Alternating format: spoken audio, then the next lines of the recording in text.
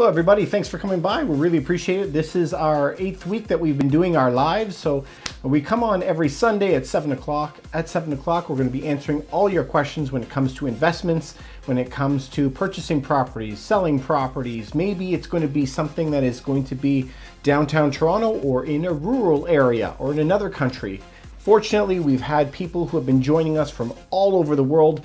We've had people from Europe, from South America, from Ukraine, all over the United States and Canada, because we're here to try to help you make more money with every single step along the way. So tonight, what we're going to do, instead of last week where we had an entire seminar for 1 hour teaching you how the governments are paying off your mortgages for you, tonight we're just going to be answering questions, because almost all of the emails this week that I've had is individual questions from people who want more information from what we've covered in the past. So we did 1 week that was completely for buyers, one for just sellers, one for first-time buyers. We also did an investor seminar, and then last week we did one on how the governments are going to be paying off your mortgages for you. I've been inundated with calls, so I've had to be hiring more people to take care of our social and put it all up. We're going to be coming up this week. We're going to be posting them all on YouTube, hopefully this week. So what we're doing, we're hoping that everybody is doing well and healthy. I'm wondering, did any of you make it to last week's live that we had? Last week's live was on how the government is going to be paying off your mortgages for you. Did anybody make it to that one? So how the governments will be paying off your money is you have to realize that we no longer live in the era of capitalism. So the era of capitalism started in the 1600s. You know, the US perfected it, the Americas. They perfected the capitalism system, but starting in 2008, we changed that. Remember what capitalism means. It means free market, means a surge where companies can take profits and they may collapse too. People may make money and collapse. But at the same time, they say that if you can come up and go down, that's free market. What happens if you cannot fail? And that's what started in 2008 when the banks started force feeding us money. And by manipulating the money supply, they are forcing prices of assets like homes to make money. So what we're talking about is not reinventing the wheel. Just do the things that all the other millionaires and billionaires are doing right now to make their money. Just do what they're doing. So if you read enough and study enough about it, you're going to see what they're doing. It's actually quite plain. People even like Donald Trump. He makes billions of dollars and he doesn't pay any taxes. So how do you do that? And there's very easy, replicable ways that we could just keep on, rinse, repeat, do it over and over, do the same thing that they're doing.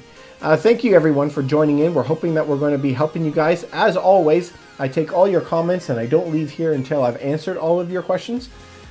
So leave a comment below. Let me know where you're coming from, what other kind of questions that you can ask. So does everybody like what we did last week on the money supply? So remember, as the governments are printing checks and sending checks to your house, checks to the governments, as they're giving out all this free money, they're creating more of this currency, more and more. But what happens with the law of supply and demand? If there's a lot of something, the price goes down. So inflation most likely is going to be happening in the near to short term, where the prices of everything is going to go up, from a loaf of bread to something you eat at the corner store, to houses to stocks. Everything's got to go up because they keep on printing money. So what happens is when they do that, you have to be on the right side, because if they print and you're sitting in cash, you will lose huge amounts of value, huge amounts of purchasing power. But if you are in certain types of assets that have some debt associated with it, the governments will print away your debt for you. And that's where you're going to make the most money. I mean, that's what all the millionaires and billionaires are doing, right? So does anybody have any questions as to what we did last week? And today what we're going to talk about is how we can make money on every single move that you make. Every single move that you make can make you more money if you plan for it. You know, they say chance favors the prepared. So as long as you're prepared for all the eventualities, you can make more money on every step of the way.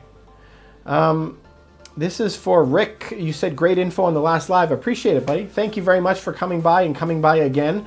So it was very, very good. I think it was very good. You know, I have all of my employees. I make sure that everybody watches it. because those types of things are such groundbreaking change of thinking. We are no longer in the era of capitalism. We're in the era of central planning. So the banks are, the governments are telling you how to make money. And you know, in the United States, the tax code is something like 30,000 pages, and almost all of them, 97%, is how to avoid paying taxes. The Canadian tax equivalent, we have that too here in Canada, where there's so many caveats, so many loopholes that you can go through. And it's not really a loophole. The government is trying to encourage you to open businesses and have housing. And if you do that, you're not going to be paying very much tax. So that's where you need a good tax advisor with you. And so now that we know what type of government era that we're living in, we have to use that to our advantages. So today, really, guys, I want to be here for you and ask you any questions that you have. This is for Previn's girl. You said, what was your last live about? My last live was how to get the governments to pay off your mortgages and debts for you. So we should be posting that live this week on our YouTube. So if you want to go to our YouTube, Ruff Team Realty, and look for how does the government's going to pay off your mortgages for you. If I don't have any other questions, I can kind of branch off and help you talk about that, Presence Girl. But mainly it is about your only three options are sitting either in cash or in assets with debt. And so if you're sitting in cash, you will lose half, maybe 30% of your purchasing power. If you sit in assets, assets will generally be a protection. Think of it like a shield. You'll maintain the same amount of money. We're talking very general terms. But also, if you're sitting in assets with debt, the governments are going to be printing so much money, and they've already said that they're going to keep the rates low until 2023, and they're also going to be continuing this money supply printing. They are projecting within 4 years to double the money supply. So that means within 4 years, the price of everything would have to double. So if everything doubles in price, but your mortgages don't, and you lock them in now, the government will have given you half of your home in equity in 4 years for free. So it's something you really, really should look into. I had a board up last week, and I was trying to draw it out to try to help you visualize it. It should be up this week. Check it out, Ruff Team Realty on YouTube. So where have you guys been? Have you guys been thinking of anything to make you some more money? Because for us, we look at every single interaction to try to make the most money. Now, people do this normally in your real lives. I mean, people go through their grocery orders and try to buy celery on sale, try to buy milk on sale, try to buy all these things on sale. But what about the big things that matter? Who cares about saving 25 cents on a banana? It's not going to change your life. So I'm going to get back to you, Rick, on this question. That's a good question. So what we want to do is when you buy a house, how do I buy it for a better deal? When I sell a house, how do I sell it for more money? When I'm going to structure my life insurance policies, how do I structure them so I make more money? How do I open companies and holdings companies so I pay less tax and I keep more of my money?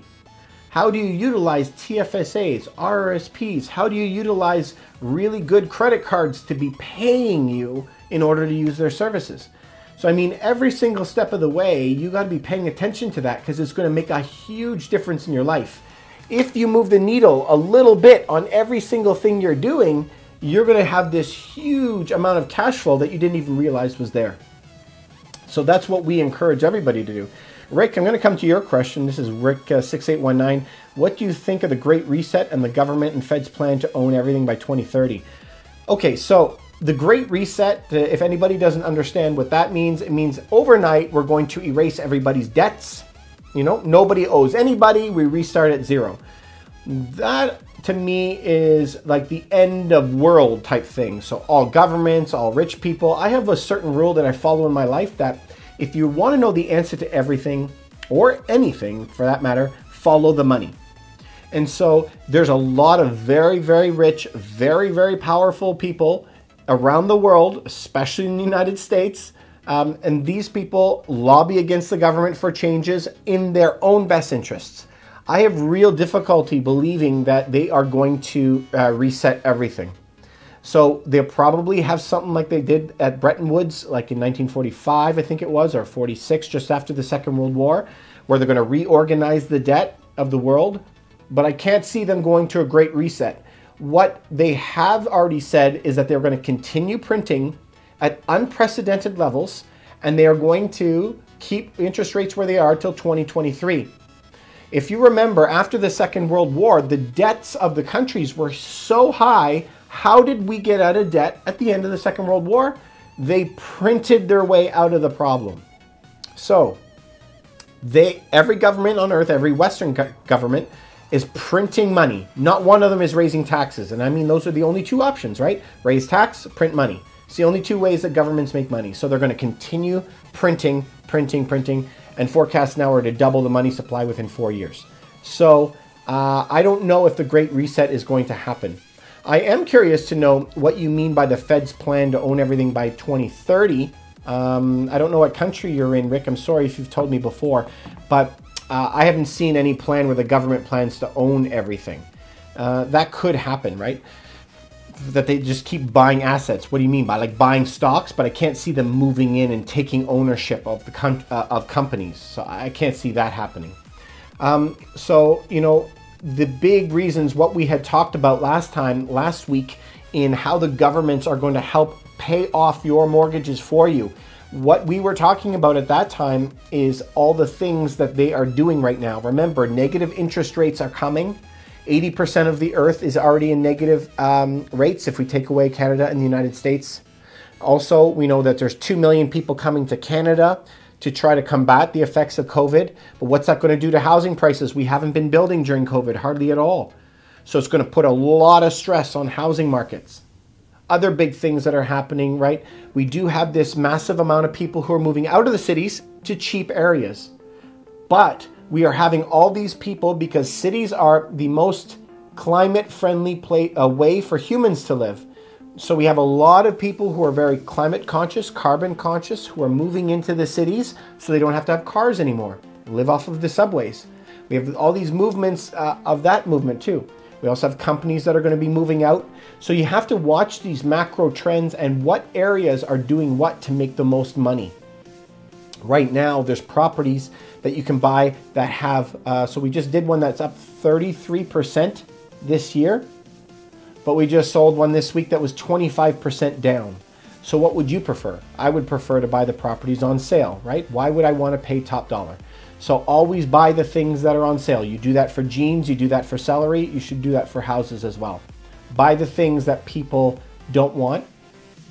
And then when people are paying astronomical amounts for them, that's when you want to sell them. So like when Bitcoin hits $40,000, you sell your Bitcoin, right? And then you buy it when it's the next low. So I'm curious to know, Rick, what you mean when the government is saying that it's going to own everything.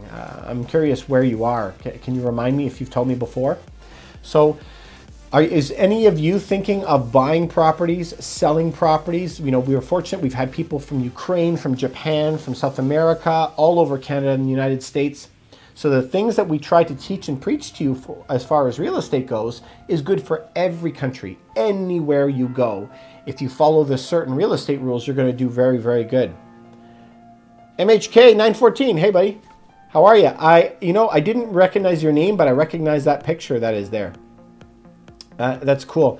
Rick, you said, yes, they keep buying assets. The World Economic Forum stated people won't own anything anymore. So yeah, the governments will continue to buy assets. I mean, they're printing money so that they can buy stocks and stuff right now. But, you know, it's very tempting. You've seen almost all of our lives, right? That the government wants and loves money, and they end up privatizing and selling things off. So I don't know what's going to happen. But yes, they are buying assets at unprecedented rates right now. And even if we talk about the Canadian government is now co-purchasing homes with first-time buyers. They will now pay up to 10% of the home for you, but then they will own 10% of your home in perpetuity. So, you know, we have to be a little bit careful about that. They're getting into that. So the government doesn't want to lose money either. And they're not going to be too quick to hurt their own portfolios, right? So keep watching for that. Keep reading, you know. That's what I would like you guys to do. And if you learn something really cool, I'd love to hear about it. 22 ABC. Some houses in Metro Vancouver aren't desirable in a slow market, like those on highways with noise. You're correct. Slow market or not a slow market, you're always going to hurt if you're near a highway with noise. Nobody wants to ever live there.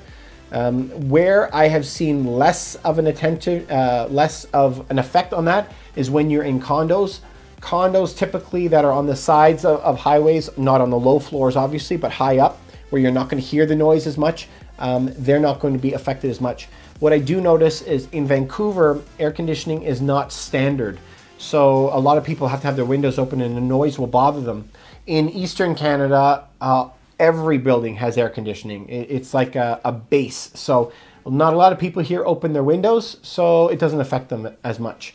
But when you, besides homes that will have a depressed value, like being on a highway, we always try to teach everybody to buy near hard assets, things that won't move. You don't want to be on the highway, but yes, you want to be very close to an entrance to a highway, close to a school, close to the airport, close to a lake, river, valley, something like that. Pie-shaped lots always do well. Right near a school always does well. Those certain things that you're looking for, those hard assets, are the things that will never move. So you don't want to buy in an area that's trendy, cool, artist's quarter, you know, or the trendiest area of the year, because that could go away. What you want to buy is near good transit, good jobs, and hard assets like parks and so on and so forth. Things like that will always hold value. If you do that, no matter what country you live in, you're going to be making money. So your goal is to buy a property like that with really good cash flow today, but an even greater chance of appreciation than all the other properties around. So if you're talking about a slower market somewhere in Vancouver, for example, you want to buy those perfect cherry properties at a discount. That's what you want. So in Toronto, for example, we are looking at properties. Remember, I always say about buying in an audited building. So you have a really good realtor audit the building, go through the status certificate with the lawyer. The lawyer will interview the property management and make sure that the building has been maintained, everything has been fixed. The reserve fund is large enough. You know, it should be around $1 million for an average size property. Bigger might have to be $2 million. Sitting in the bank, ready for the other repairs to come. And you want to make sure there's no liability against the building. No one is getting sued or suing somebody back and forth. So we want to make sure the liability and the reserve funds are high, and you also want to make sure your individual owner has been up to date with his payments. Those are the biggest three things that we're going to be looking for. So make sure that you're in one of those buildings in a very good area. Buy a park, buy a subway station, buy something like that, because that intrinsically will have value forever.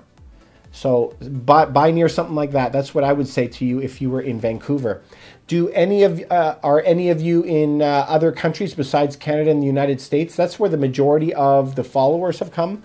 So I'm very fortunate. I'm humbled. You know, we got on this app only 2 months ago, and it's been fantabulous. Like, it's great.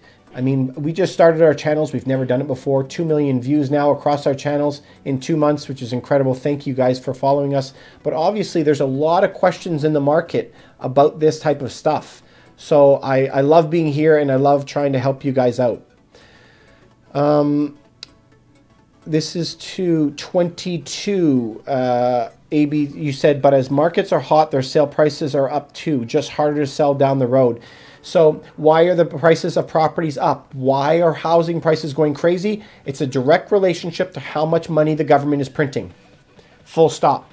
So in Canada, we're at 20% of all dollars ever created in history were made in the last year. In the United States, 30% of all US dollars made in history have been made in the past year. So is it a coincidence that here in Canada that they've printed 20% more money, which means that all assets will have to go up 20%? Guess what? Houses have gone up 20%, and so have stocks. What a coincidence. This isn't a coincidence, guys. This is like economics rules 101. And the government has now said they will continue to print this much money for the next few years. So if we know that asset prices will continue to inflate, please don't be sitting in cash. You are going to get wiped out. The government has already said what they're going to do, and we don't want you guys to get hurt. So Housing prices are hot. That is the reason, but they will not be harder to sell down the road if you followed our formulas. Buy near hard assets. Buy near the rivers, the lakes, the water, a subway, a school, stuff like that. If you're in the Greater Toronto area, we can help you out. This is to Rose. You said, what are we talking about? We're talking about how to make more money with every single transaction that you do in life, period. What kind of credit card you're going to use, how you're going to use a mortgage broker, how you're going to buy a property at a better deal, how you're going to sell a property to make more money, because there's tricks that we can use and strategies for every one of these situations to help you make more money. And that's our goal, right? Is we want you to make more money with all of that. What is my thought? This is for Mahan Memon. What are my thoughts on loans? Loans are the best. The best. I do not sit in cash. I race to spend my money. Why would I be saving cash, just like Robert Kiyosaki always says? Why would I be saving something that they're printing for free? Assets are where you're going to have the government helping you pay off your assets and pay off your debts. So as long as you have a rainy day fund to keep you going for unforeseen contingencies, you have to have that, so don't over leverage yourself. But I love loans because the government's helping me pay it off for me. The government has said that they're going to keep these loans at this rate till 2023. 2023, they're going to stay this low. It's the lowest interest rates in 5,000 years of recorded history. Lowest interest rates in 5,000 years. And so where were you during this great change, this great period where we can make a lot of wealth? So get off the sidelines, start reading about it, start educating yourself about it. We don't sell any books. We have no courses to sell. All we are here to do is try to help you go look up the right information, keep reading, keep educating yourself, because once you learn everything, you're going to say, my goodness, I have to get into the game. Loans are the best thing because that's where you can make the most money. Ride the inflation way up. Yes, this 22 ABC, you have to ride it up. So remember what we talked about last week. We're going to be loading the video onto YouTube, so please go check it out. There's only 3 choices for you when you're going to be an investor. So either A, you're going to be sitting in cash. B, you're going to be sitting in an asset, like you're going to own your home 100%. You're going to own a gold coin or a stock or whatever. Or you're going to have an asset like a rental property where you have 80% loan. So if you sit in cash and they double the money supply, you lose half of your value. If everything is going to cost twice as much, those amount of dollars won't buy you the same amount of stuff. It won't buy you the same amount of loaves of bread. So you'll lose half of what you own. If you have an asset worth $1 million and they double the money supply the next day, the property will double in value to $2 million, but your purchasing power has stayed the same. So you actually didn't make any money. You're at zero. But if you were in a house that had say $1 million home, $200,000 down, $800,000 in debt. The next day, that $1 million property goes to $2 million. But how much did your debt double? No, it did not. Your debt remains at $800,000, though you have an asset worth $2 million now. So the government would have essentially paid off half of your mortgage for you by printing money. They would have paid off 50% of your home for you for free. No strings attached. And why would they do that? Because we no longer are in a capitalist society. We are in an era, you guys have heard the term called central planning, helicopter money, quantitative easing. These terms you may have heard, where the government will continue to print money. So if they do that and double the money supply and help you pay off your houses and debts, what are they doing? They're paying off their mortgages and debts as well. So if the banks and the country, the federal and provincial governments' plan is to print their way out of debt, why would you not want to be in the same position and let them pay off your debts for you? That's what I think. So yes, ride inflation on the way up. How can one build credit? So this is to Markham Memon. So it depends if you have no credit or what age you are. But if you're 16, you get on your parents' get an auxiliary card right away, start using it. But remember, pay it off 100% every single month. You do not keep a balance on that ever. So that when you're 18, you have enough credit, you get started to build it where you can actually maybe go get a mortgage with your parents co-signing. If you don't have good credit right now and you're an adult, well, do things on the evenings, weekends, increase the amount of money you have. Start spending pay off all your bills. And what I do is I put everything on a credit card and I pay off the credit cards every single month. So you want to be utilizing the credit, but paying it off on a regular basis and make sure that your credit is very, very healthy. I mean, your credit score is going to be key for you making a lot more money in the future because that's where all your interest rates are going to be contingent on. So yes, how do you build credit? Make more money, pay off all your debts, and get, and if your credit is terrible and you can't get one and you've gone bankrupt, go get a card that you can preload. It's like it's a debit Visa or MasterCard where you load it with $1,000 and start using that, and that will be boosting up your credit rating. This is a 22 ABC, but as markets heat up, those houses keep selling too much risk? No, because what has happened in the past year? You know, when I came here to Toronto 17 years ago, they said the markets are too hot, the market's going to pop. They've been saying that every year since 2002 when I got here. And the markets go up 10, 20, in some places 30 to 40% every year, and they're not going down. So the problem is if you think that, you will lose at the end of the day because you'll never be getting in the game. But what is the game then? So if you're not in the housing market, you need to buy a house that has the least risk of going down. So how do you find a very low risk property? So those are buy near hard assets, buy a hospital, buy a pool, buy a park, buy something, a lake, a river, something that's not going to go anywhere, a highway that is really close to a highway, good access to something. Buy near hard assets, buy a property that most people can afford, so the median price of the country. So you don't want to be buying like in Toronto or a major city. You don't want to be spending now to buy a $2 million property. Way too much risk. You want to be looking at buying a property that's $500,000 or $600,000. You know, in a lot of the places in the States where I'm looking now, the homes that we're looking at are $200,000, $250,000. So you know you're going to be buying a smaller house or a lower priced house because that has a much less risk of going down in a recession. But we know that the governments have already stated where their interest rates will be over the next 3 years and how much money they're going to print. So we know what's going to be happening to those prices. They're going to continue to go up as inflation is riding up. Good question though. So this is to Cyber Talk. You said you're in Chicago. Yeah, I love Chicago. Been there several times. Went there with my wife. It was great area. So in Chicago, you know, there's some really nice areas that I was at in the North End.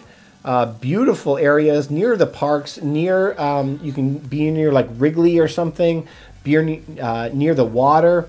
There's a lot of real good jobs down central area, so not right out into the suburbs. But if it was anything like Toronto, I haven't looked at the Chicago market, that the smaller one bedrooms and one bedroom and dens are the ones that are on sale the most in Toronto, and we're talking 25% off. So if you can buy a property near a hard asset, near something that'll never move but will always have value, that is on sale right now, that is maybe right on your what's that, the rail line that's elevated, I don't remember the name of it. If you're near something like that, you're going to have intrinsic value with it. So I want you to be around a place like that. Thank you guys for all your comments and all your questions. TikTok is kind of a weird platform because it just automatically, I had no questions left and then it all of a sudden threw up about 20 questions. So I'm sorry about the delay. This is to Mahan. You said you don't have any credit yet. So it really depends on your age. So if you're 16, go get a card, like I said, with your parents. If not, apply for a credit card yourself immediately. You need to start using credit in order to get credit. So this is to Genrai Guzo. Is it smart to sell now? You live near new subways being built in Toronto. Wait till it's finished. Okay, so I wish I could be, I don't know what stops. So obviously in Toronto, guys, there's a bunch of subways here, but there's also some proposed subways that are going to be built. And then there's that, the cross track across Eglinton. So I don't know where you are right now. This is to Genrai Guzo, but I would wait till they're finished, depending, big caveat here, Are you in an audited building that a realtor and a lawyer has gone through and made sure that this is a rock solid building? Have you made sure that the reserve fund has stayed high even through COVID? Have you made sure that your building is near hard assets? So you're telling me that it's near new subway lines that are going to be built in Toronto. So for me, if it was near the lines across Eglinton, I would be waiting right now if it was in an audited building. If you're waiting on the Ontario line and you're hoping and dreaming for that stop, I don't know. Also, the size of your, because I don't know if that Ontario line will actually come here. Like, I've been doing this long enough, I've seen 4 plans come and go, where they had all the new plans, millions of dollars, years of study, and they wiped it off the map. So I like buying near things that will not change. Remember what I say? So when you promise me, a government especially promises me a subway station, I know that they're not always honest and it might go away. So it really depends what station that you're talking about. And right now, I would never sell a 1-bedroom. I'd be hanging on to that. If it's a 2-bedroom, probably not. If it's a 3-bedroom and larger in Toronto anyway, then now might be a very good time to sell. So it really depends. If you are in Toronto and you ever want to reach out to us, go to ruffteamrealty.com. Our consultations are 100% free. There's no obligation to use our services, but we'd be happy to talk to you. You can also DM us on any one of our channels, or you can email us at contact@ruffteamrealty, and we'll get back to you. This is to Wee Quasbel. You said you're curious. Does the new money supply reach the people as debt or not income? So the new money supply is reaching people, but indirectly. So yes, it's getting to your bank accounts when they're going to be sending out your checks for $600, $1,200. Yes, that's money. They also call that helicopter money. Imagine a government flying over top of you and just dumping money on the streets, hoping that people would pick it up and spend it, which is crazy in itself. But a little bit of that gets to you. The majority of the money supply is lending to people as mortgages and lending to companies to keep them open. That's where the big money is, not your little $600 check. We're talking about lending out tens of billions of dollars to companies and all that money going in mortgages to allow people to buy more. And now they're talking about relaxing the mortgage rules. So that's going to even spur housing prices up again. So the money supply does reach people, but not in the way that you're thinking, not directly in their pocket. Mahan, you said you did not know that. Okay, I guess that was to do with the credit, right? So hopefully that helped you in what to do. You said the first time you heard anyone say that. Well, you know what? Like I said just before, if you ever want to reach out to us, like I am a mortgage, I have 3 mortgage brokers that work for me. They help you build your credit. I am a real estate investment brokerage house. I have a whole team around buying investments, but I even argue that when you buy your own personal home, you should be running the numbers to make sure that you're getting a great deal on that property. We have hundreds of thousands of dollars of software that we run, kind of like the Matrix, you know, it's very complicated, but we have a very easy, repeatable way to buy properties at less money. Right now, we have almost 1,000 properties that are exclusive properties that are not on the market. So those are the types of homes that you want to be trying to buy to get a good deal on it, whether you're going to live in it or not. So try to find somebody who has that no matter where you guys are. This is to Wakasabla. You said if you're purely for investment in Toronto, do you advise buying a condo or a detached home, semi or townhouse? It's not as easy as saying that because every different area is different as well. If you had a choice, right? If you had more money, you would have more opportunities. What I would be buying right now is multiplexes. That's where you're going to be making a lot of money. Also, a lot of the smaller condos, 1-bedroom and den downtown, 650 square feet around, something like that, that are around 20 to 25% off. That's where the majority of the investors are looking right now. If you're looking at buying detached homes, listen, you're buying something when everyone else on earth wants it, right? So all of the inner suburbs of most metropolitan cities. So in Toronto, that would be Mississauga, North York, Scarborough, those kind of areas into Oakville. Those areas are up 20 to 30% this year. So would you buy something that's 30% overvalued? I wouldn't be focusing on that right now, but a lot of people have made a lot of money in their careers, in their real estate investment careers. They're empty nesters, and now they're buying for them. It's not really an investment. So if you're looking for an investment for yourself for long term, are you actually thinking about buying the thing that's going to make you the most money, or you want to be comfortable? So if you want to be comfortable, then money doesn't really get into that, right? And that's a conversation we have with all of our clients. But if you're in Toronto, like I said, reach out to us at ruffteamrealty.com. You can email us at contact@ruffteamrealty, and we'll give you free consultation. Doesn't cost you anything, 100% free. And we can show you some of the off-market properties you have.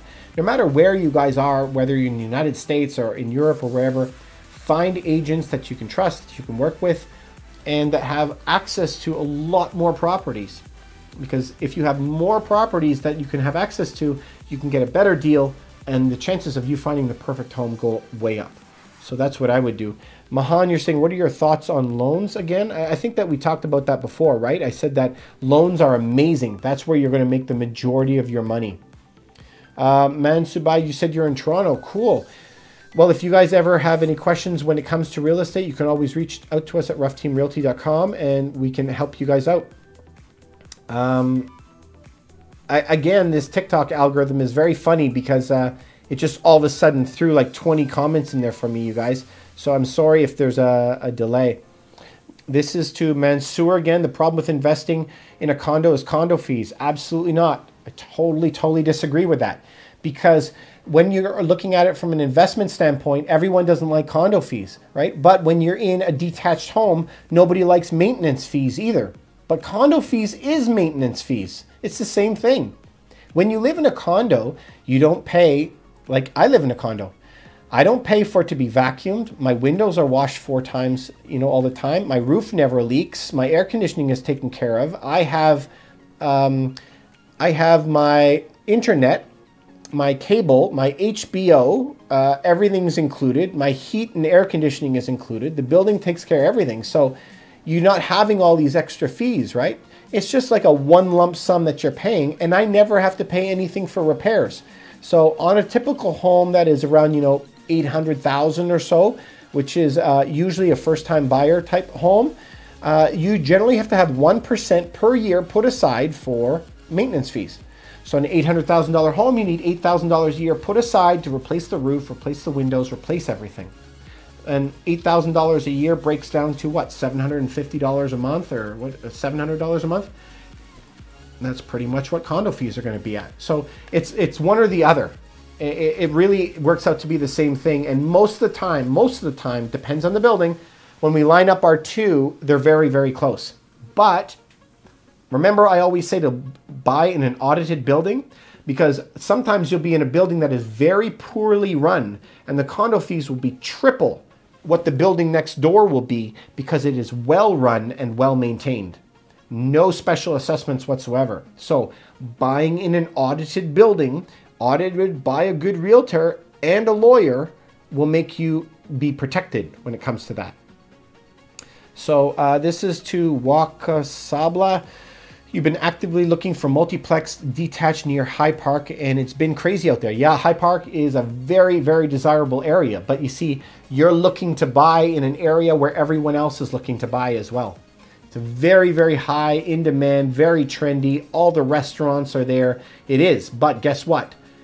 If you like that area, everyone else loves it too. But guess what's going to happen a year and 2 years and 5 years from now? The reason why it's so crazy is the subways out there never going to move. Remember, I call it a hard asset. High Park has been there since 1850 or something like that. That's never going to go anywhere. It protects the values of your properties. So you want to buy a property in that area if you can for the best deal you can, because guess what? 10 years from now, everyone's still going to want to live there because everything has been gentrified, right? They've been repairing that place for 15 years. And now it's amazing. 15 years ago, it was a rough place to live, but now it's super in demand. So keep looking there, but find a realtor that you trust and try to find off-market properties and work with them, and they'll help you find something that is better. Remember, don't always look at the sticker price. Look at the return. How much money can I make? Because at the end of the day, I'm not usually looking at seeing, is the property 500,000 or is the property $1 million? I want to know how much money can I make off of it in a percentage term, because that's going to be the biggest parts of the deal. Community housing is where you live. This is to tap. Rent for life. Great. I'm glad that you found something that works for you, buddy. So, you know, maybe buying rental properties or investments is not a good thing for you. But remember, we want you to make more cash in everything you do. So if it could be buying the right credit card, it could be buying whatever assets you like. I have 1 to 2% crypto usually in my pocket. You know, what do most of the hedge funds say? Have bullion in your reserves. Have a rainy day fund. Just protect yourself. We want you to be okay, but I want you to make the most money you can. This is for user 95. Do I advise Canadians to invest in real estate in the United States? Yes, I've talked quite often about my purchases in the United States, and right now we're looking at Arkansas, Tennessee, and Texas. The reason why is that the entry to buying properties in the southern states, because they don't live in a cold climate, they don't have to have as much insulation, they don't have to have basements. Housing is a lot cheaper there, and they're in states that are very friendly for landlords. The problem in the US is because you're going to have double taxation between the two countries. The taxes are a big problem, and getting a mortgage is a big problem. It's a real nightmare. So you have to be very careful when you do that, and you're going to have to get a mentor when you're going to go down that road for sure. Don't go at it on your own. So this is to Jen Raguzzo. You have a detached home. You live near Eglinton Avenue West. So I think you were talking before, is now a good time to sell your property? Are you in a smaller home or a bigger home? If you're in a smaller home on the Eglinton, I would be keeping it. If you were in a larger home, by what do I mean? 3-bedroom home, smaller footprint around Eglinton, which probably is your situation, then I would be sticking with it. If you were in a larger home, so sometimes there's a 4 and 5-bedroom homes. If I was in a 4 or 5-bedroom home, I'd be considering seeing what cash I can get out for it, and then downgrade to a 3-bedroom home, and then buy a couple investment rentals that could pay off your mortgages for you. Also, if you were in a detached home in Eglinton, you've been there a long time, there's a very good chance you have some good equity in your home. So just make sure that in your principal residence, normally I suggest having a little more than the banks do. The banks say, you know, have 5% in your primary home, but I would say keep about 30% equity in your home. And then anything over that, use that to go buy other properties and properly leverage yourself without taking on too much risk. But yeah, so some of the properties around there are good.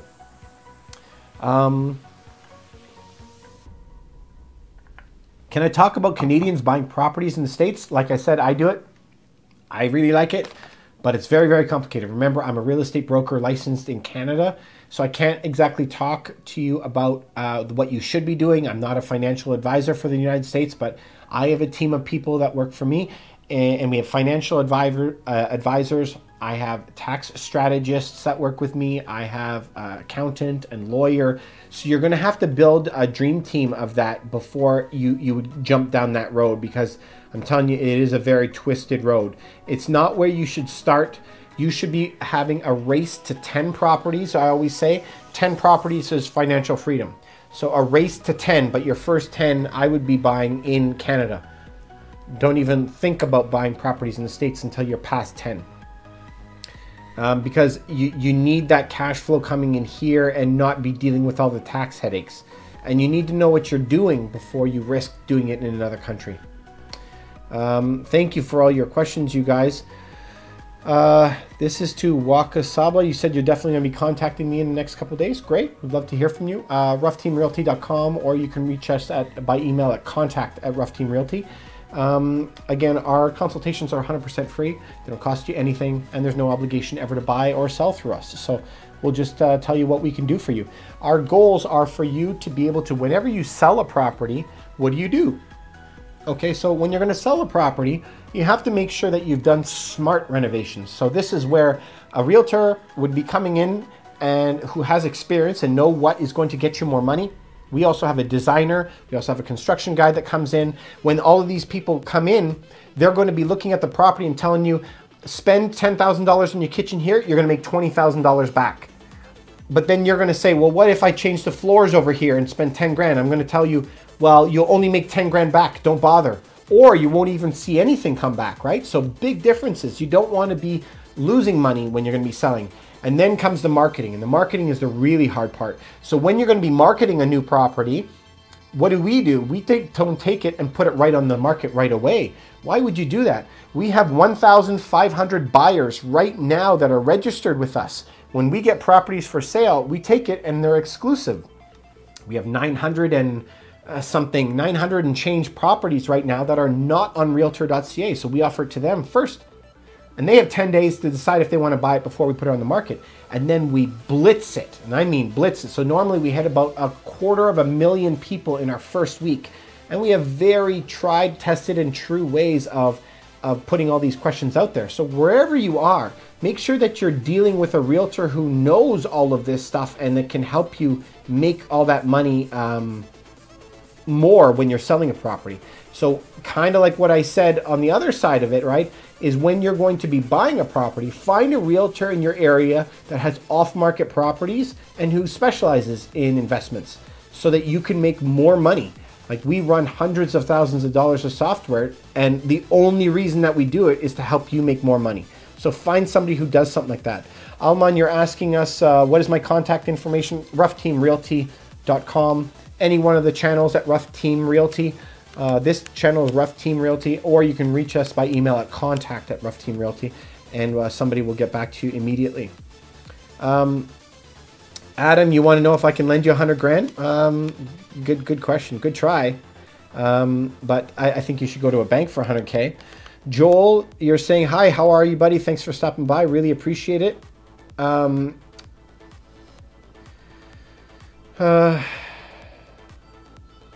Adam, you said you can make $100,000 if I give it to you. So if I give you 100, you're going to make 200. That's a really good return on your money, right? So if I don't know what you're doing with it, but if you have something like that, rinse, repeat, and nobody ever on earth, remember, has worked their way to millions. Nobody. Name me one. I challenge you. Name me one person who's ever worked more hours to become financial free. It doesn't exist. What you need to do is have a lot of systems in place. Invest smartly. Use other people's money, the bank's money. Make money off of their money, and then build a business and have people working with you and for you. That's the only way that you're going to do it. I'm not good with business. Can I tell me more about investing money in good places to invest? This is user sniff. Listen, guys, I'm a real estate broker. I work in Toronto on Bay Street, which is US's version of Wall Street. So I can't tell you what to do as far as financial, because I'm not a financial advisor. I'm not your fiduciary. But I can tell you about myself and what all the other hedge fund guys will talk about. 1 to 2% in crypto, 10 to 15% in gold, silver, bullion. And then you have to have a balanced portfolio of having some stocks, maybe.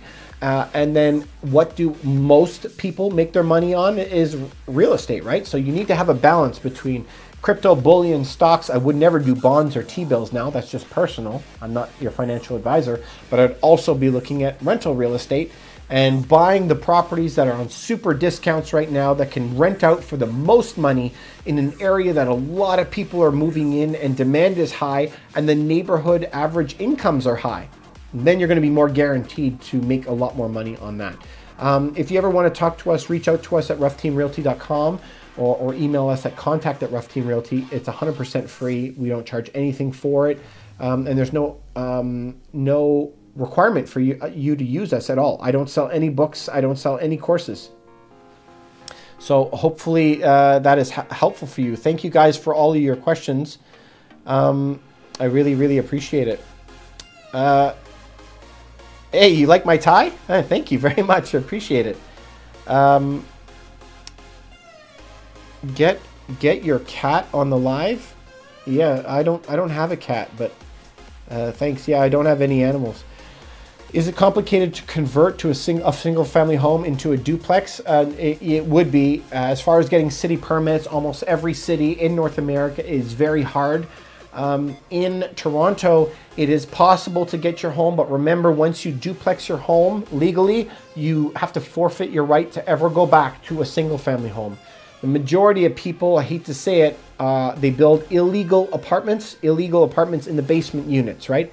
They're not going to be have an official apartment number, but I mean, it's more than half. I'm talking sometimes in certain areas of the city, we're at like 90% of homes have a basement apartment built in them.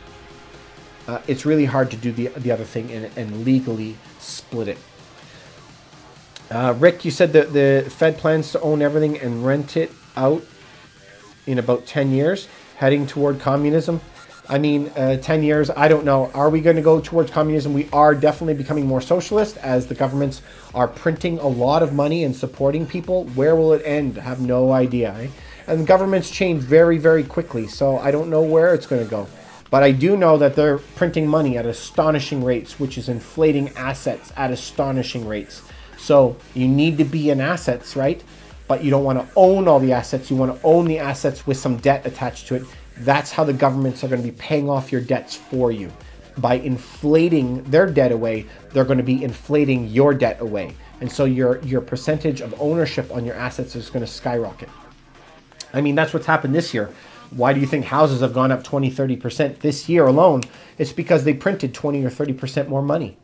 So it's actually a direct relationship. So if you know they're going to continue to print more money, you already know where it's going, right? We don't have to figure that part out. That's economics 101. You said, hey, you're great. You helped me massively with my home. Glad I chose you. This is to Great Hesse. Hey, so maybe our group helped you out and buy a house. We've had quite a few people reach out to us on TikTok and YouTube, and a whole bunch of us that have contacted us, and we were able to help you. So if you're one of them, really happy to help you. I'm really glad that you liked it. You know, we try to make this as easy as possible. We have a lot of systems in place. It can be very overwhelming. But remember, regardless of if you use us, wherever you are, find a realtor who has some core values. So all that we do is help you find more properties at better prices. You want to make more money, and you want the least amount of hassle. At the end of the day, no matter who we have ever dealt with, this is all they want. A buyer wants access to more homes, less hassle, and I want to get it at a better deal. When you're selling a home, you just want somebody who has a lot of buyers in waiting. Like we have 1,300 buyers in waiting right now. And you want to have somebody that has really good marketing expertise, and you want to have somebody that can make it a lot less painless and sell it faster for you. I mean, it's always the same thing. So as long as whoever you're going to work for is working around those things, that's what we want for you. We want you to be successful. We want you to make more money. We don't sell any courses. We don't have any books. You know, maybe that would be another money stream, but we don't do that. We just want to help. So thank you so much. Really appreciate the compliment. I'm really glad that it worked out for you. So thank you so much. Really, it actually means a huge amount to me, because it's unbelievable, you guys. When you spend your entire life, like, it's hard for me to comment about it, but I work every evening. I work on my weekends. I work Christmas Day, New Year's Day, every day. I sacrifice time with my wife, my family. I can't see people. Like, I put my heart and soul and blood into this. And so when people actually use our services and are happy with our services, it blows my mind, and I'm thankful and I'm humbled. So we really appreciate you guys reaching out to us and using us and putting your faith in us. Adam, you said, can you invest $100,000 into your bank? I don't know. Are you the guy that keeps asking me to give you money? I think you are. So, you know, wherever you guys are, is any one of you thinking of buying properties, selling properties in the near future? What kind of deals are you looking at? I'm curious to know what you're thinking about, and I can tell you what I think, regardless of what areas you are. Derek from Scotland. Hey, how are you, buddy? I love Scotland, man. That is one of the coolest countries. If you haven't been to Scotland, you gotta go. You're missing out. Scotland is one of the coolest places. I can't wait to go back. I was there a few years ago. Just the countryside, the accents, the culture, it's just incredible. The history. Mansoon, you're saying the only people who can make more money who already have $100,000 to $200,000 for a down payment and with good credit. I disagree. We're dealing with people all the time right now. $20,000 you can buy in and get your first property. So Mansoor, I kind of disagree with you. So we have people right now who are buying properties with $20,000 down. If you're looking for a property, you have to get on that bandwagon. You don't need $200,000 to start. There's a lot of really good deals out there, $20,000, $30,000 down. You can get into a really good property in a metropolitan area. You can get it even cheaper if you're moving outside of a metropolitan area. You know, we just did a property over in London, and that property in London, I think, was $25,000 down, but it was a 3-bedroom town. So you can have a much bigger property if you go farther away, but you just have to make sure that the returns are going to be fantastic. So make sure that you have that good credit. Monsoon, I would agree with you. The better your credit, the better you're going to be. But everybody has to start somewhere. Not everybody just will have to keep working to make 200 grand and then get in the market. You really need to be in the market for a long term. You know, no one in history has ever been able to time the market just right, buy at the bottom, sell at the top, and know what the future is going to hold. No one can do that. But what you can do is the amount of time you're in real estate, because nobody ever has bought a piece of real estate and sat on it for 20 years and lost money. Everyone makes good money on it, right? If you've structured it properly and you've used debt properly on it and you audited the building and had it inspected and going on and so forth. So there definitely is a lot of ways to be very careful. Mama Bear Toronto, you said it's difficult. I don't know what you mean by difficult. Sorry. Can you leave another comment and let me know what you mean? You're paid mostly in cash right now. Will be getting a mortgage be different? Yes, if you're paid in cash, usually banks are not going to credit you for your full amount. Remember, I'm a real estate broker. I'm not a mortgage broker, but I deal with mortgages all the time, so I could just tell you what I know, but I'm not counseling you. What I would suggest you to do is talk to a mortgage broker. I have 3 mortgage brokers, and it's free to talk to them. There's no obligation to use them.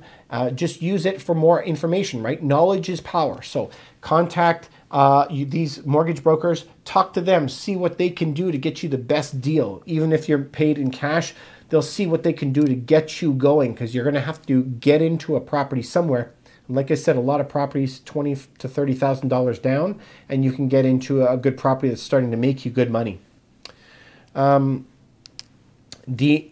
CEO, I like the tie. First thing you notice. Hey, thank you, man. That's the second person that commented my tie today. I like you guys. Sometimes I have a lot of crowds on here. There's all kinds of hate. And, you know, I feel bad for people who come on and troll people, because I feel bad for them that they're that upset that they come online and they just want to yell at people for whatever. Like, we love working with positive people, people that want to change your life, where you want to make more money. And you know what? To me, it's not about more money. It's not about you having more cash in your pocket so you could buy. I don't have a fancy watch. I don't care about that. What I care about is buying time. I had leukemia for 5 years. I had 2 big accidents with my back, and I was on my back for a year and couldn't walk. I have Crohn's disease, and twice I spent an entire year in bed. You know, my time is valuable, and I want to use the money that I make to buy time. You know, at the end of your life, if you're lying on your deathbed and a doctor said, I want some money and you can have time, you would go, I would pay anything to get that time back. But you can't. But when you're sitting here on the other side of the TikTok screen, or you're talking to me or me, I have the luxury of buying time, which is incredible. If I want to go on a trip with my wife or go see my family and my mom, I'm going to go do that and spend time with them. You are at a point in your life where you can buy time. And that's what I want for you. Buy experiences. Go and do amazing things. And that's what I want for you. Be smart. Make cash on every single level. Buy smart properties at a discount that make you a really good return, because then it's going to buy time. Can you imagine that concept of being able to do whatever you want? Like, I love being able to go and see my family and have experiences. So I don't care about buying an $800 watch, a $5,000 watch, a Rolex, a fancy car. What I like is going on a trip to Iceland and surprising my wife there and going for a hike up a glacier. But whatever I want to do, you find your thing and do what your thing is. I mean, it's just fantastic. I want that for you guys, honestly. Thank you guys for all your questions. I really like answering them. It makes me feel really, really good when I can help you guys. I hope that this information is helpful for you. And we have people from all these different countries. Really cool. You were just looking to buy a property in Germany, I'm guessing? Yeah, Nina the German. To be honest with you, I haven't looked at the German market. Haven't bought there, and I've only ever been through Germany. I know I'm missing a lot because my family comes from Germany, but way back, in 1800 or something like that. So I'd love to see it more. But the rules that we try to teach you about using other people's money, properly leveraging yourself, reducing risk, making sure that you're focused on the deal, making more cash flow per month, huge appreciation, how to manage the tenants and make sure that you're going to have low risk tenants in there to make sure that you're continuing being paid. I mean, all these things will help you make more market. Andrew, hey buddy, how are you? Haven't seen you here today. Glad that you popped on. Andrew Samoa has been a very big follower of us. He's been on almost every one of our lives. He asks a lot of really good questions. He's younger. He's getting into the real estate game, and he said that once he is old enough, he's going to be coming and working with us. So hope that you do, Andrew. What is the property market like in London? London is fantastic. We are getting great deals right now. The 5 top markets right now that are really taking off, London is in it, Guelph is in it, Oshawa is in it, Innisfil is one, and the 5th one, I don't remember the 5th one. But it is very good and very attractive rates right now. Henry, you're saying you're in the UK and house prices are so expensive compared to the States. You're absolutely right, and it also has to do with how much space that the United States have, and it also has to do with climate. Remember, in the United States, the farther you go north, the more that you have frozen ground. You have to dig exceptionally deep, have extra basements, extra windows, thick doors, insulation everywhere, and the costs really go up. Here in Canada, housing prices are very high because of that. Also, how much land that you have in Europe is very concise. I do go through London often. My dad and I went to London and Paris often. But once we went over to the Netherlands, where my wife's family is from, it has no space. I mean, it is crazy. So land is bananas, right? But what do I always say is buy near hard assets, right? That land is always going to be in demand because the population is going to continue to grow. And Great Britain has already talked about their money printing plans, and they're going to continue to be printing money as well. They're going to continue to keep their rates at this rate low as well. So when we're talking to our friends that were here, that were in South America and in the United States, they're going to be able to inflate away a lot of your debt. So, if you were there, I understand they're expensive. Maybe you want to move outside of a metropolitan area, buy another type of house, as working from home is taken off right now. We're at 54% of people work from home, as opposed to 5% that worked from home before COVID. So that's not going to go anywhere. So buy in an area that you have a huge influx of people moving in, buy in an area that has high income for that area, and really find a deal that you're buying at a great deal and has a lot of rent that is coming in. So you want to make sure that your rent coming in plus your appreciation is going to be at a really good rate, hoping to get you probably around 13 to 15% cash on cash return. If we're talking about using what most people do, that's a cash on cash. Most people are going to be using some debt. And if you use debt, you should be able to hit around 25 to 30% annual return if you're doing it properly. And where else can you get 25%? So that's why housing is so powerful. Sorry, I don't know what that means. It said me. So that's to my life something. You said me. User 956, you said you're going to reach out to me in the next couple days.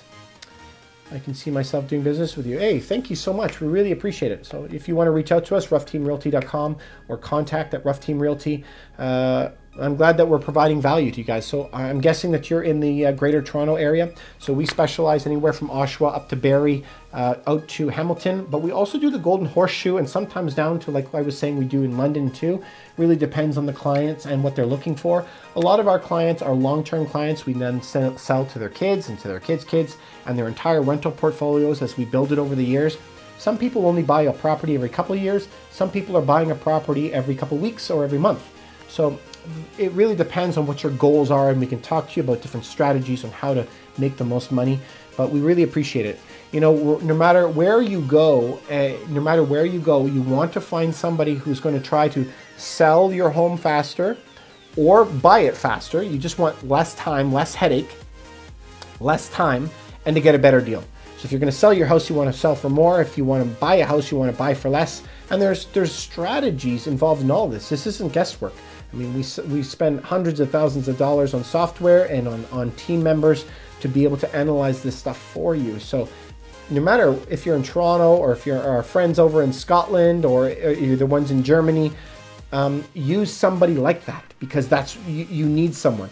So you need to build your dream team, and who you're going to need. You're going to need a really good realtor, a really good broker, possibly a business lawyer, possibly a tax advisor once you start you scale, right? So once you're at like 3, 4, 5 properties, and now you're like, I think I'm going to really do this. I'm going to get 10, 20, 30 properties. You really need to start setting up other things. So that's where you're going to need a business lawyer, business accountant, et cetera, et cetera. So start building your dream team to build the life that you love, to build the life that you want, because it's out there.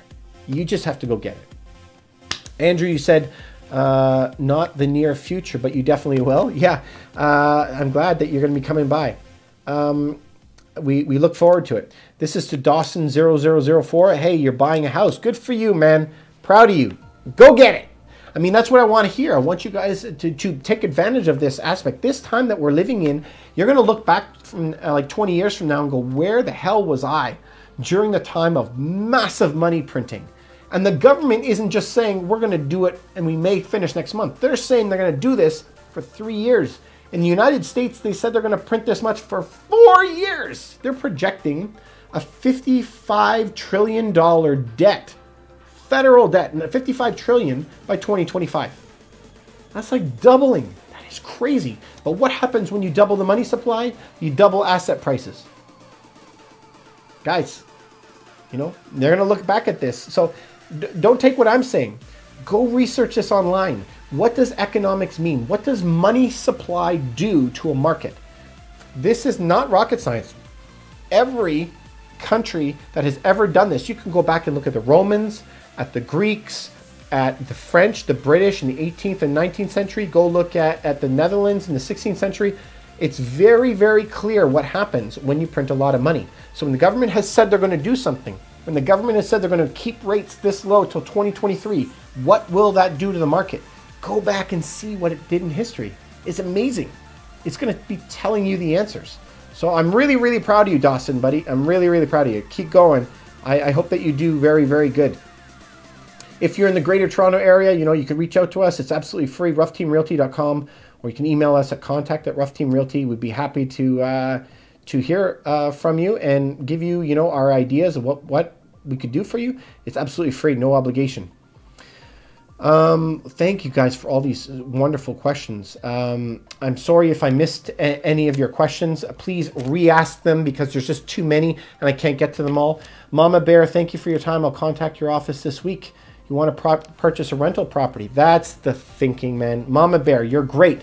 So reach out to us at ruffteamrealty.com. And that is amazing. That's what you should be doing. I mean, it's great. You can contact us absolutely free. No obligation in any way for you to use us, but you can talk to us and see what we can do for you. This is for, hey, yes, is Joe Biden printing loads of money? Yeah, how would that affect the world or America in general? Hi, yes, absolutely Joe Biden's going to be printing money. His most recent one, he wants to print $1.9 trillion, which will bring the United States to, I think, just shy or at $30 trillion of debt. Remember that of all debt in history, of every US dollar ever made in history, 30% was made in the last year. That's why housing prices are going up, and that's why all your food prices, wood prices, doors, anything, the prices of that is going to be going up too. But the first thing it affects is assets, so stocks and houses. And that's why you see stocks and houses rocketing to all-time highs right now. So is Joe Biden printing? Absolutely. Is all the other Western countries printing? Absolutely. They're printing hundreds of billions in Canada. We're over 20% now of all Canadian dollars ever printed in history, printed in the last year, which means inflation has to come. But we haven't seen inflation come. Like groceries are up, but not 20%, right? But they're going up. But where we see it is stocks and houses, like they always do. And so if the government has said they're going to continue printing, we have to know that so that we can be smart about it and take advantage of it. The government is trying to print away their debt. So if the government is printing away their debt, they'll also be printing away your debt. So you have to be smart in how you're going to be allocating your debt. What is my opinion about Dubai real estate market? I've never invested there. I'm really, really sorry. I've never looked into Dubai real estate at all. I have zero comments to that. I wish I knew. I've never even looked into it. Sorry, I'm kind of like in Canada and the United States, and I have looked into buying property in Finland, but to be honest, I just ran out of time. It wasn't because of any other reason, but I went there with my wife. It's very, very rare I ever get off a plane and within a couple days say, I want to buy here. And one other place was New Zealand that I really loved, and I would have bought there in a second. Australia in Perth was one place, and so was Finland. Certain countries that have fantastic returns, and it's not because of any other reason except I just didn't have the time to get to it yet. Sam, you're saying for tax-free, I'm guessing you're saying accounts from the occupancy or when they register the title? For tax-free counts for the occupancy or when they register the title? I don't know the question. So sorry. And what country are you talking about? I'm curious about that. This is to Mr. Robinson. I'm lucky I'm not in Sydney. What's going on in Sydney? I have family that's in Melbourne, so just south of that in the Victoria province. Fortunately, they're doing pretty good with COVID. No one's sick so far, so we're thankful about that. But Sydney, yeah, I used to live in Sydney for a brief time, not very long, but like maybe 4 or 5 months or something like that. But that was about 10 years ago. Loved it there. The only thing I didn't like was the sun, getting burned and a lot of sunscreen, but loved the place anyway. Sam, you're saying an early occupancy for your townhouse and the registration will 7 months away. The tax-free, how many months? I still don't know what that question is, Sam. I'm really sorry. So you bought a house, a pre-construction house, I'm assuming. You bought a pre-construction home, but it's not going to be registered to you for 7 months because they're not done the condo development. They haven't registered the condominium yet. Maybe that's what it is. Regardless, if you're renting it and you have cash flow coming in, you're going to have to claim that on your taxes. This is for Indy for now. You're saying, is it better to buy a bit of land? Very good question. Amazing question. Okay, let's go back to that. Can I talk about that? Remember what I said before? You either sit in cash, you sit in an asset, or you sit in an asset with debt. If you can buy that land with portion of debt, absolutely buy land. So it depends on the bank, depends what country, depends what state or province you're in. You may be able to get a land loan. If you can get a land loan, then you should absolutely be buying a piece of property. And what do I always say though? Buy near hard assets, okay? So buying a property near something that is imminently going to come or is already there. So say that you're going to buy near a lake, a river, a big touristy area, if you're out in the country, or a place that a lot of people are moving to, or if you're already in a city, a really good property that is near a hospital or near a highway, like a good piece of land. If you could buy a piece of land with a portion of debt where the government will inflate away your debt for you and pay off your mortgage for you, yes. If you can only buy the piece of land for cash and sit on it cash, it's not a good investment, because then you might only be making 5 or 10% on your property. Whereas if you use that money that you're going to buy the land, you may be able to buy 2 or 3 rental units and be making now 30% return. So what would you rather, make 30, 40% return per year using other people's money depending on your country, or do you want to just make 5 to 10%?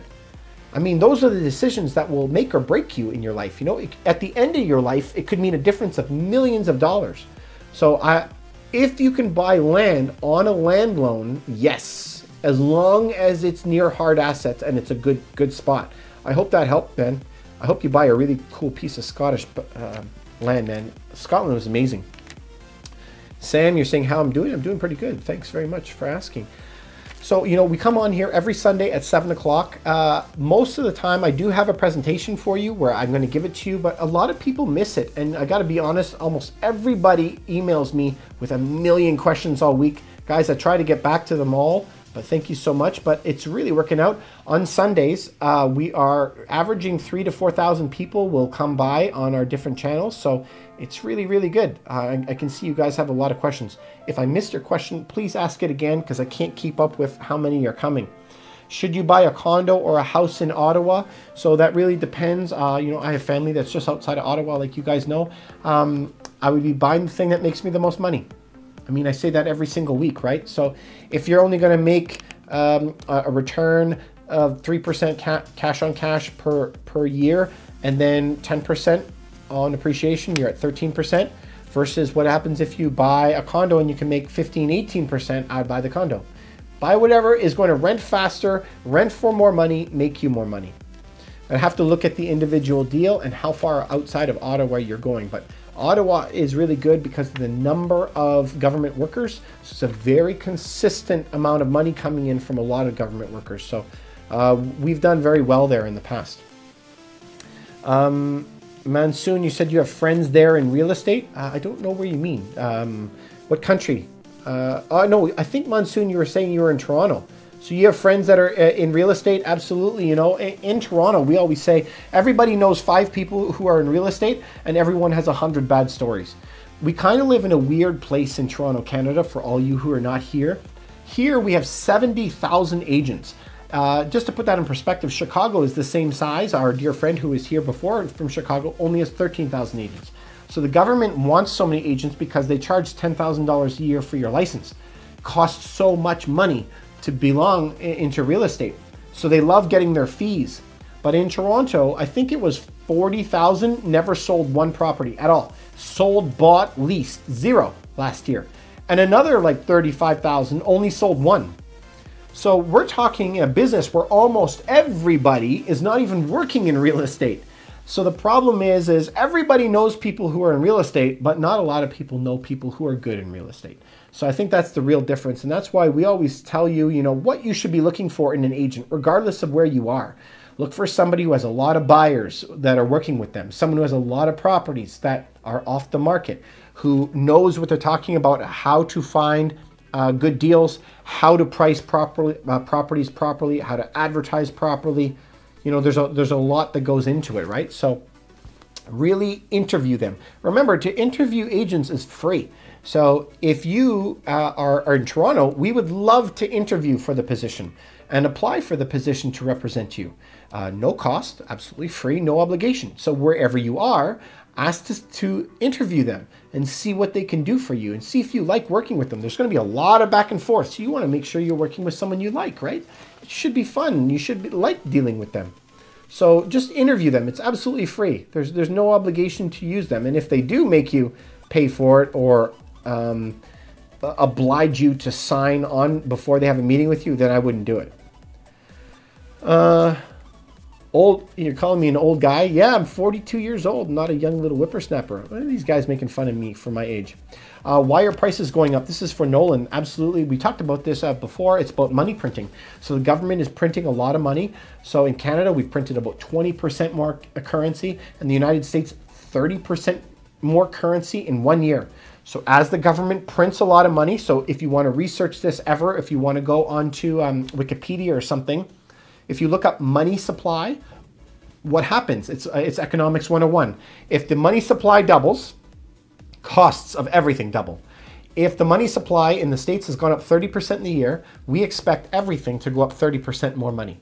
So if that happens, but it always drags a little bit when we're talking about cars, food, gas, that always drags a little bit. But houses and stocks usually adjust very quickly. And we've seen that, right? In Europe, in Japan, over in China, in the States, in Canada, as they're printing money, the prices of assets, meaning stocks and properties, are going up. except if in some cases, right? But we're just talking in average. Of course, like tiny one-bedroom apartments in metropolitan cities have gone down. Commercial real estate has gone down, of course, but I'm talking about like across the board. But good question. That's why they're going up. Money supply. Money supply. As they print more money, the governments are printing away their debt. And the beautiful part is they will print away your debt. And they're going to be essentially giving you money because you're locking in your mortgage at $1 million. Then when your property becomes $2 million in 4 years, what's happened? Everyone thinks that your property value has gone up, but it might not have. The sticker price has gone up, but maybe the cost of everything else in the world has doubled in price too. So if the house, your property price went from $1 million to $2 million, your car is also going to double in price, and your salary has gone up twice the price, right? Your schooling has gone up twice. Everything goes up twice. So that's why you have to be smart about how you're going to use other people's money and make money with other people's money. This is to Rocky Knowledge. You're saying you're planning on buying a condo in Ottawa. Good idea, man. Great. So if you're going to buy it, I hope that you're doing it for a rental. Make sure you get the best deal, the best returns to you in an audited building. Make sure you have a lawyer and make sure you have a good realtor go through that building. Make sure the reserve funds are high. There's no litigation in the building and the property management is well taken care of and the reserve funds are good, right? So make sure that you do that. Good for you, buddy. I'm proud of you. 22 ABC a few years ago and eventually they'll be back. Sorry, man. I don't know what that means. I guess there's too many comments and I'm getting lost. But you also said you think that prices will get out of reach. They may not know Canada had 49-year mortgages just... Oh, maybe that's what you're talking about. They had 49-year mortgages a few years ago. Well, they're talking about loosening the mortgage rules, right? So taking away all the stress tests, elongating the mortgages as well. So the government is thinking about doing like that. And will they? Very likely. Well, I don't know. All I can say is what the governments have done. Absolutely. They're going to continue to print money at unprecedented rates, the highest in history. And it's also the lowest interest rates in history. So, I mean, you have those two forces working for you or against you. So who is it going to hurt? Who is this new central planning going to hurt? People who are W-2 workers in the States and Canada, T4 workers. If you're on a fixed salary, your salary will not double. You will get really, really hurt. If you are sitting in cash, you will get really, really hurt. Fixed income people. Of any kind, like sometimes if you're on a pension or something from your work and it's a defined benefit versus a defined contribution, you can get really hurt. So if you are one of those people, you really need to pay attention now, not next month, not 6 months from now. If you are a W-2 T4 worker, fixed income pension, you need to start paying attention to this because it's going to change everything in the next couple of years. So we want you not to get hurt. So start reading a lot and understand what the economics are, how this will impact you if the money supply continues to go up. Please, please, please do that.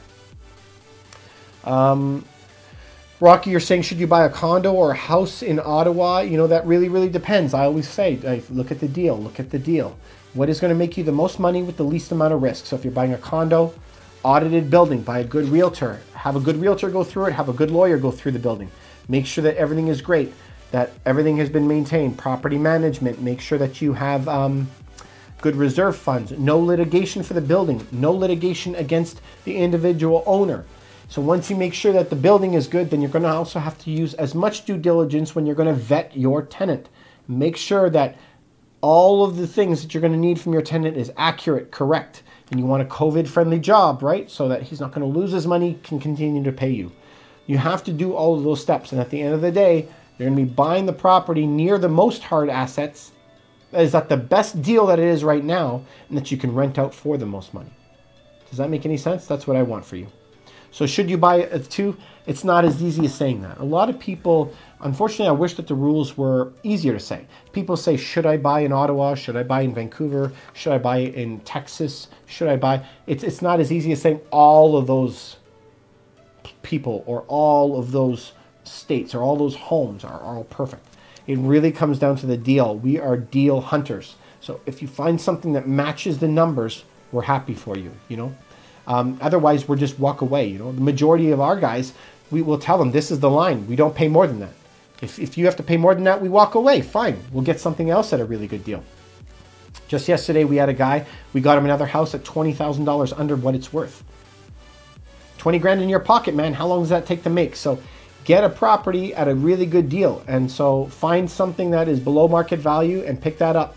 And that can rent out a lot and has no risk attached. Or not no risk, but I'm saying the lowest risk that you possibly can. Thank you guys for all of these questions. I really appreciate it. Vancouver got to be one of the worst markets right now. What do you mean? What do you mean? So it's not as easy as saying all the properties in Vancouver are bad or all in this city are bad.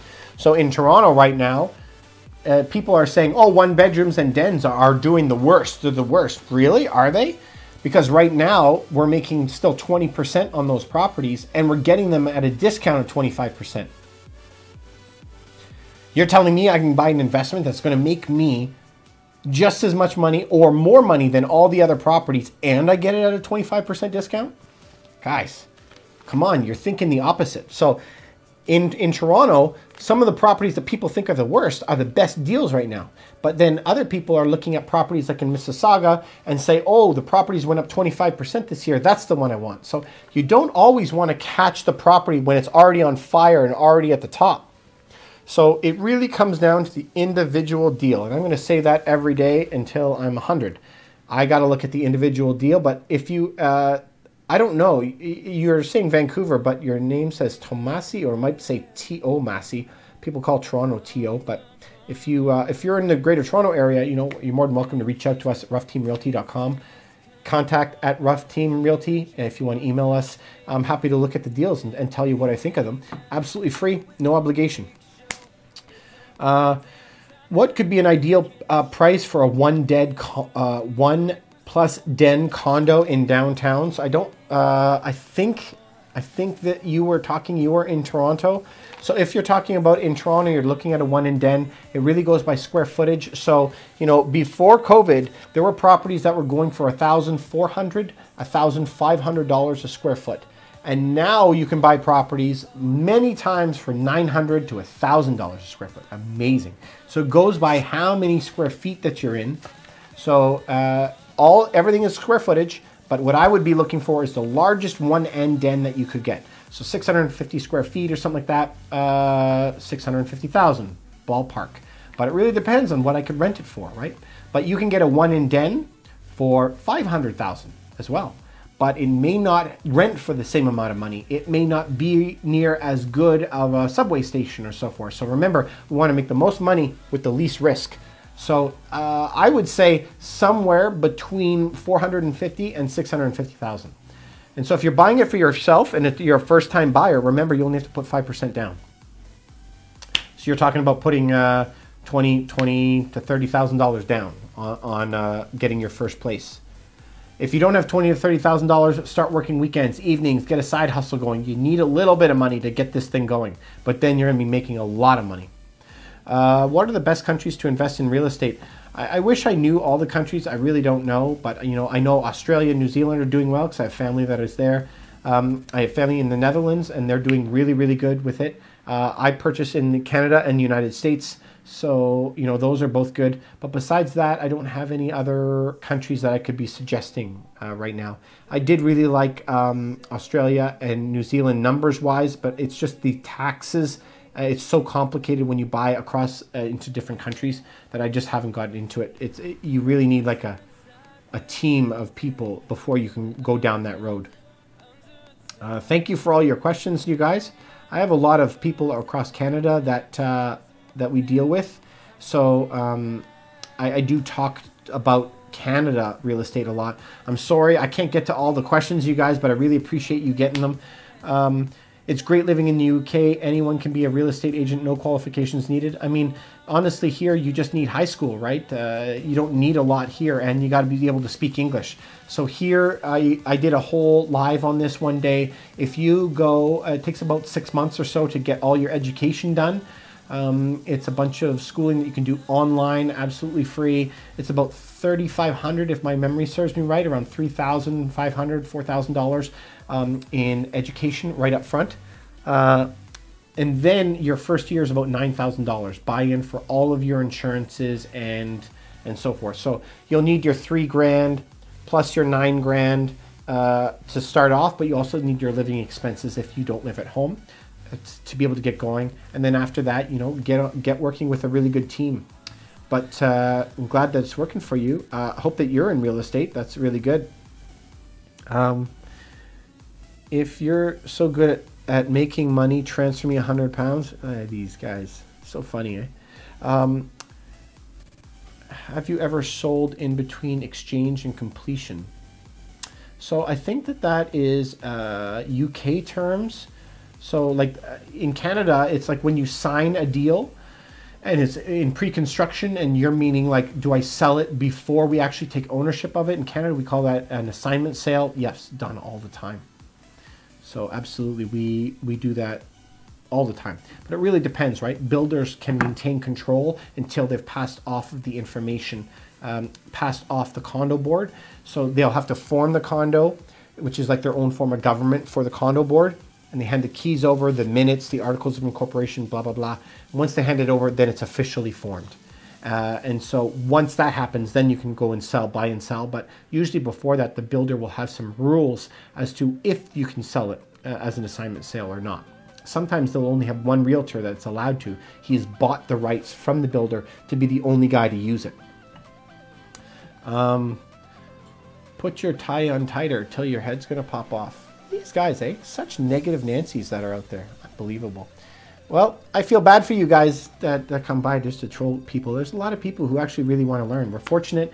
You know, we came on here 2 months ago, 2 million views in our first 2 months. Absolutely fantastic, man. You know, so obviously a lot of people are asking questions. We have 3,000 to 4,000 people every single weekend that come on our lives. So thank you guys so much for coming by and appreciating us. How many properties do I own? I own a lot. And it's not just my personal name, also within my company, also within our holdings company. So, you know, that's a little bit advanced. Like, so once you start owning properties, you have to start protecting yourself from taxes and liabilities. What are the best countries to invest in? I really can't say all of them. You know, I could just say I know my family in the United States, in Australia and New Zealand, and I deal with Canada and the States. But I can't really comment to other places, and I know that I have family that is in the Netherlands, and they do very well over there. How do you buy with debt? Easy, mortgage. This is for Peter. How do you buy with debt? You get a mortgage, so you buy your own personal home. You only need 5% down, and so that's a huge win, right? 95% of debt. So what happens if you're going to buy an investment property? It's 20% down. And then you need that cash. But what if you don't have that cash? Well, there's a lot of different options. You can borrow from your family or friends, co-sign with your parents. You can also get hard money lenders to lend you money. So you can always find people like that. If you have a good deal, there's a lot of people who are willing to lend you money while you're going to go in there and maybe flip or whatever. You can also get a seller take-back mortgage, and that's where the actual seller will give you the mortgage. So he's acting like the bank. So you're not going to be paying the actual bank for your mortgage. You're going to be paying that one individual guy who used to own the property. And then you could buy properties with 100% debt. 100%, which is really good. What about investing in the stock market? Is it good right now? It really depends what stock, man. That's like saying, what house should I buy on earth right now? It's really tough, but the stock market is extremely, extremely high. And we know that asset prices will continue to inflate, including stocks, very quickly because of the amount of the governments are printing. The governments have been very clear that they're going to continue printing for the next few years at this rate. They've also been very clear they're going to keep interest rates extremely low for the extended period of time. What happens when you increase money supply? So 30% more cash in the United States in the past year, 20% in Canada. What does that mean? Everything has to inflate by 20 or 30%. And assets and homes go up like that. But food and everything comes up a lot slower. So stocks, when you own something, you are kind of protecting your money. If you have something with some debt attached to it, the governments will help inflate away your debt. The governments are so in debt, they want to print a lot of money so they can pay off their debts with it. So How does that benefit you? If it's going to inflate away their debt, it will also inflate away your debt. So if you're in stocks, they're not inflating away anything, right? They're not inflating away your debt. They're just inflating the asset, which is keeping your purchasing power the same. If you have an asset with debt attached to it, like land, for example, or a property, for example, they're going to be inflating away your debt and paying you essentially to own it. So that's where you can really, really do well. So, you know, everyone will say different percentages, but most people say 1 to 2% in crypto, 10 to 15% in gold and silver bullion.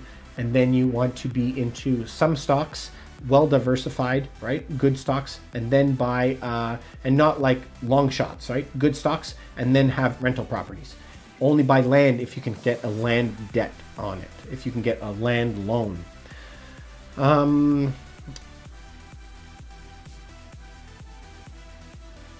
Vancouver, Burnaby, very slow. Surrey, Abbotsford, busy, busy, busy. Cool. So you know what? We just want to buy the best deals possible, right? So Vancouver, to say that all of Vancouver is slow, I haven't seen that all across the boards, but I've seen certain brackets, certain areas of Vancouver that haven't been doing well, and certain types of properties, like if it's going to be a 1-bedroom, a 2-bedroom, a detached, a townhouse, like there's certain classes that are doing poorly, but there's other classes that have been doing very, very well. So that's why we always try to preach, right? We're always looking at the numbers, always trying to make the most money on every single deal, but we also want to reduce our risk. And that's where we're going to be buying in audited buildings and near hard assets to help you make a lot more money and protect your value from not going down. Is Vancouver not really expensive? I guess, yeah, he might not be from Canada, but in Canada, our two biggest cities are Vancouver and Toronto, and the prices have been going up by 10, 20, some years 30% every single year since the 90s. So it's been going absolutely crazy. Vancouver, Toronto took off around 95 when Quebec tried to separate from Canada and become their own country. And then the majority of companies and people and businesses moved to Toronto. So that was the big catalyst that took Toronto and threw it into the stratosphere. In Vancouver's situation, if you're not from Canada, the big change is when Hong Kong got handed back to China. When that happened, you had the 12th largest economy on earth getting handed over to a communist country. And all these people with all this extra money, hundreds and hundreds of billions of dollars, were looking for a place to sell and buy things with it. And Canada is very easy to buy if you don't live here. So all of the people from Hong Kong came to Canada and bought up everything. I remember that they were buying properties and houses from airplanes, just pointing them out just to get their money out of the country before China came in. So that was a huge catalyst for Vancouver. So Vancouver has been doing very well, and it is very expensive, but it's been going up and up and up. I mean, for decades. Someone keeps asking me, what is the best countries to invest in real estate? I know you've asked me about 15, 20 times here, but I'm sorry, I don't have any new answers for you. Thank you guys for all the questions. We hope that we're helping.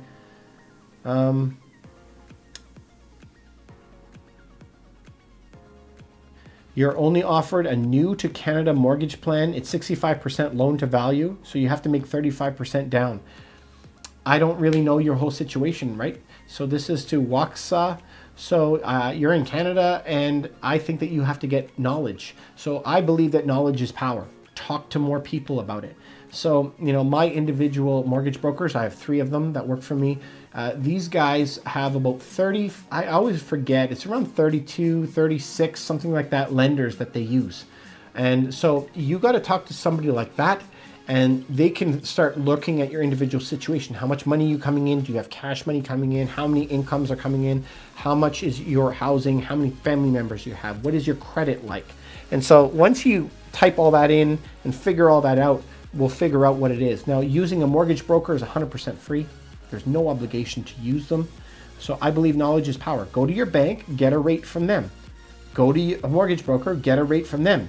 And I always say, this is not the feelings business. This is the money business, right? So you got to make the most money you can. So go with the guy who's going to make you the best deal, right? So I would do that. go talk to a mortgage broker. If you want to talk to my guys, absolutely free, no obligation, ruffteamrealty.com, or you can reach out to us at contact@Ruff Team Realty, and we'll get back to you. This is saying people made a lot of money in London in the 90s. Absolutely. People have been making a crap ton of money in the past year too. So, you know, in London, you know, being near highways, being near parks are good, being near universities are good, but not always, right? Because you could be in a slummy area that is near the university. That's kind of like really bad. But if you can get in a good area near a university and that's not going to go anywhere, then we're talking, right? And then you're doing very, very well. Thank you guys for all the questions. Really appreciate it. Let's make sure. How's the housing market in Ottawa? The housing market's been doing very good in Ottawa. It's been going up. I mean, you must have seen the prices of housing is going through the roof. So again, look at individual deals. Try and buy a deal that's on sale now and get you the most cash flow that you possibly can. It all comes down to the deal. What do I think about trucking? I mean, I'm a real estate broker, guys, so I don't know much about that, but I think that the big disruption is going to be happening within the next 5-10 years, right? As we have automation, so trucks are going to be driving themselves. That's what Elon Musk says that we're going to have by the end of the year. I've already seen the first trucks that are driving autonomously. I saw that one do a load to the beer factory, completely autonomous. Computers drove it, and now they're going to have battery autonomous. So the goal right now is trucks are 3 times the price of rail to move freight. So 3 times less. But now the new automatic vehicles, the battery automatic ones, will be half the price of rail. So that'll be 6 times cheaper than it is right now. So with that type of difference, every company that has trucking, every single company on earth is going to be diving into that headlong to try to save that money. So trucking could be in trouble if this really takes off. That's just what I think, though. You know, I'm not a trucker guy.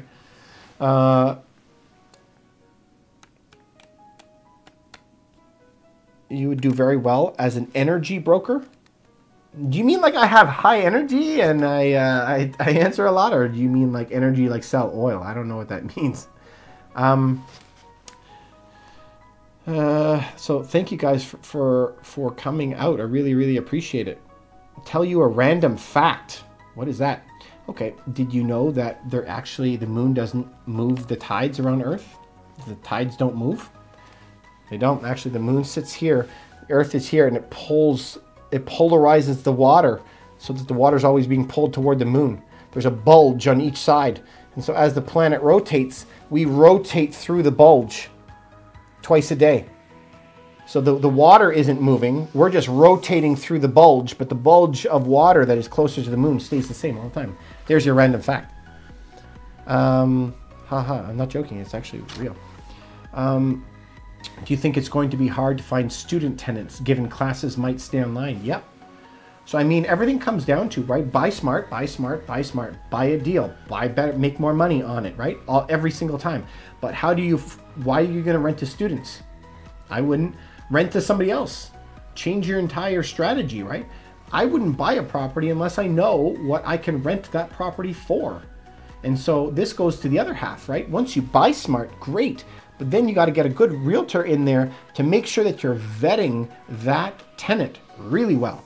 You want to have a guy that has a job that is COVID proof. Maybe he works from home for Salesforce or something like that, and I don't have to go into work. I still have my money. I could show you the pay stubs over the last year. Still making money, still doing good. I like that, you know. Generally speaking, you don't want, you know, a huge group of people, like 12 people living in your house. You'd rather less because it's less wear and tear. You also want to have as high of a credit score as you can. You have to really verify that they're not giving you fake documents about their employment. So really vet that employment. Contact the company directly. Don't always just call that cell phone of their mom, you know, who's their manager. Contact them directly. Make sure their credit scores are good and that they have a good credit history. I mean, really vet them. So if you vet them, you don't have to rent to other students. I wouldn't. To be honest, in Toronto, when we have a student who's from out of country who has no credit, no income coming in, they pay the full year up front. It's just how it is. Think of it from a landlord's perspective. How much risk is that? Some stranger from another country lands here and goes, I want your place and I have to give it to you? No, they pay their whole check up front.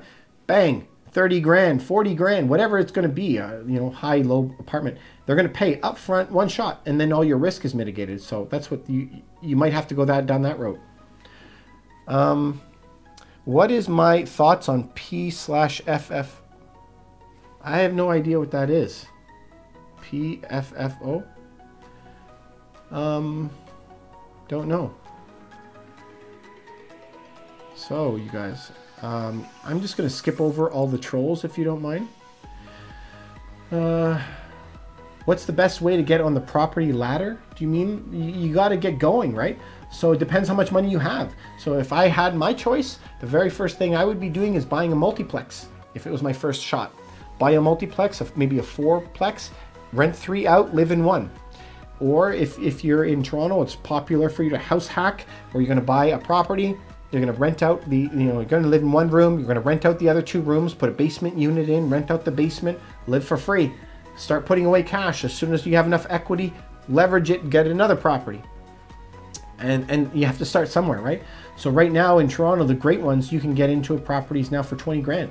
So pay 20 grand and then you started off. You're back in the game right away. And if you're living at home, buy a property, rent it out, have the cash coming to you and save the money by living at home. That's what I would do. But yeah, you have to get on it. You have to start using other people's money. If you don't learn how to use other people's money to make money, you're finished. Honestly, I always tell people, show me somebody who ever became rich, free, millionaire, financially independent, any word that you want to use for it. Name me one who worked more hours and did that. They didn't. They have to invest in a business, invest in themselves, and invest in, usually it's like 85% into properties. So that's what I would do. What time's your interview? Mart, I don't know what that means, but we do this every Sunday at 7 o'clock. Sometimes I have a real good presentation. Last week was on how the governments are going to be helping you pay off your mortgages and investments for you. A few before that, we did one for investors, one for sellers, how to become a real estate agent. All of those are going to be going live on our YouTube channel this week because we've gotten a lot of requests for people to look at that. Why the tie? I always wear a tie. I think it's respectful of my clients. I've never showed up without a tie. I respect my clients. I value them. A lot of them are my friends, and that's just how I like to do business. How did I become a broker? It takes a while, right? You got to start off. Like we bought properties, we flipped properties, we built properties. I was an assistant for people in real estate. Then I finally became an agent. After that, then you can become a broker after you become an agent for a while. It's just more schooling, more responsibility, a lot more money. And then you could start building your own team like us at Ruff Team Realty. You know, we have a big group and we try to help people buy properties for less money. We try to make it very, very easy for them. We run a lot of software, a couple $100,000 a year in software. So it's pretty cool. It takes a lot of work, takes a lot of time, and don't think that you can shortchange it, right? There's one thing that you can't really rush is experience, and so it just takes time. So just be patient.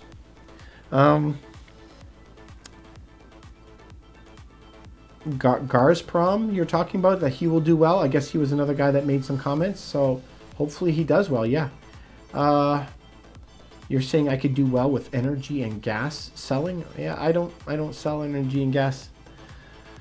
But I do housing, so if you guys ever want to know anything about real estate, you know, I'm your guy. I want to be able to be the guy that helps you out.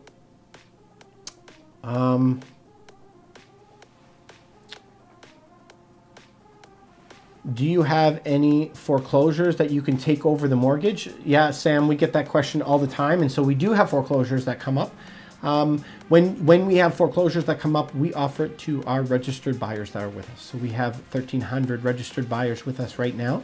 And so whenever we get foreclosures or distress sales, or sometimes people are divorcing, or it could be a multitude, company-owned properties, whenever we get those things, we offer it to the buyers that we've been working with for a long time first. So we have 1,300 buyers right now. So how our system works is we have right now 960 or something like that properties that are exclusive. So those are the properties that we don't put online. We don't put on Zillow, Zolo, Realtor.ca. It's not online. Once we get that, we keep it for our own people for about 10 days, 10 to 12 days. Then we offer it to the 1,300 buyers. And so they get the chance at it first. If our buyers don't want it, then we'll put it live to the public.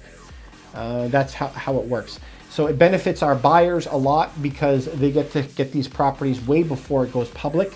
You don't want to be in those bidding wars of 45 people. And how it benefits sellers is, remember, all that we're ever looking for a seller is they want it to sell faster, they want less headache, and they want more money. So normally from the seller's perspective, they're not going to have, we just had a property that they wanted to go live. So we had 120 people in their house in 3 days. 120 people. And with COVID going around, nobody wants that. So if you do it the other way and you advertise it properly and you do some of the other systems right, then you can get in there where you're not going to have that many people in your property and you're going to get a good deal on your property and it's going to go fast. And some people value the property selling quick rather than the highest price.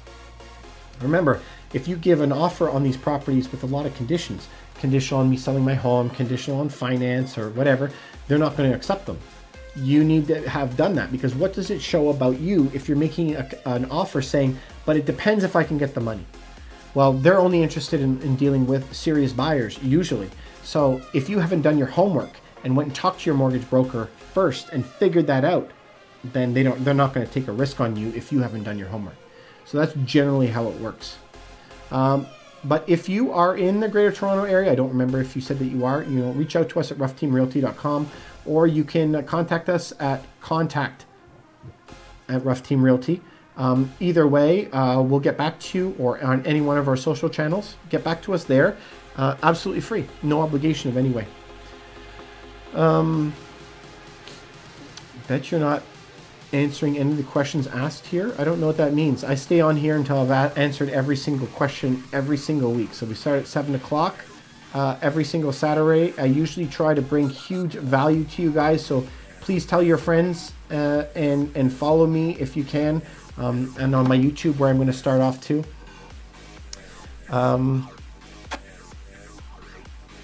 Thank you guys for all of your comments. I really appreciate it. Want to know my opinion on real estate after the great reset? Yeah, I know George Gammon. I know him well. I've watched a lot of his videos in the past. So will there be a great reset? How will they restructure the loans? I don't know. I don't know. That's a huge, huge question. I doubt that, because the great reset is implying that everybody doesn't owe anything anymore. Everybody starts from zero again. But that means you lose your house. Everybody loses their home. Everyone becomes a tenant on earth. One of the real basic truths that I've learned on anything in my life is, if you want to know the answer to anything, follow the money. That's it. Why do people do this? Follow the money. Why does the government do that? Follow the money. There's the money is the reason. And there's so many rich, powerful people on earth that lobby the governments to make the rules to benefit them. That why would we try to fight the system? Number one, we're never going to be able to fight the system. That's like saying, I don't want the tide to come in, or I want to stop it from raining. It's not going to happen. You just have to figure out the way to use the rules that they implemented for your own benefit. And that's what we try to do. Will there be a great reset? I doubt that, but I have opinions, and so does George, and everyone has an opinion, but I just can't see that happening in the short term.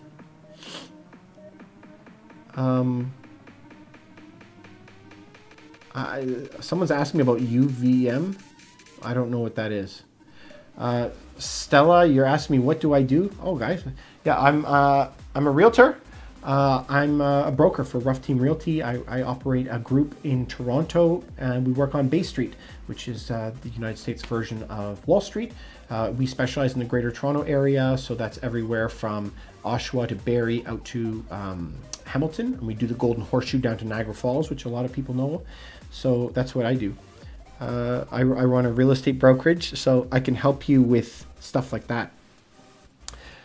Derek likes wine. How do you get on your buyers list? Just give us a call. Contact us, and we'll have a meeting with you, and we'll explain everything to you. Reach out at ruffteamrealty.com, or you can email us, contact@Ruff Team Realty.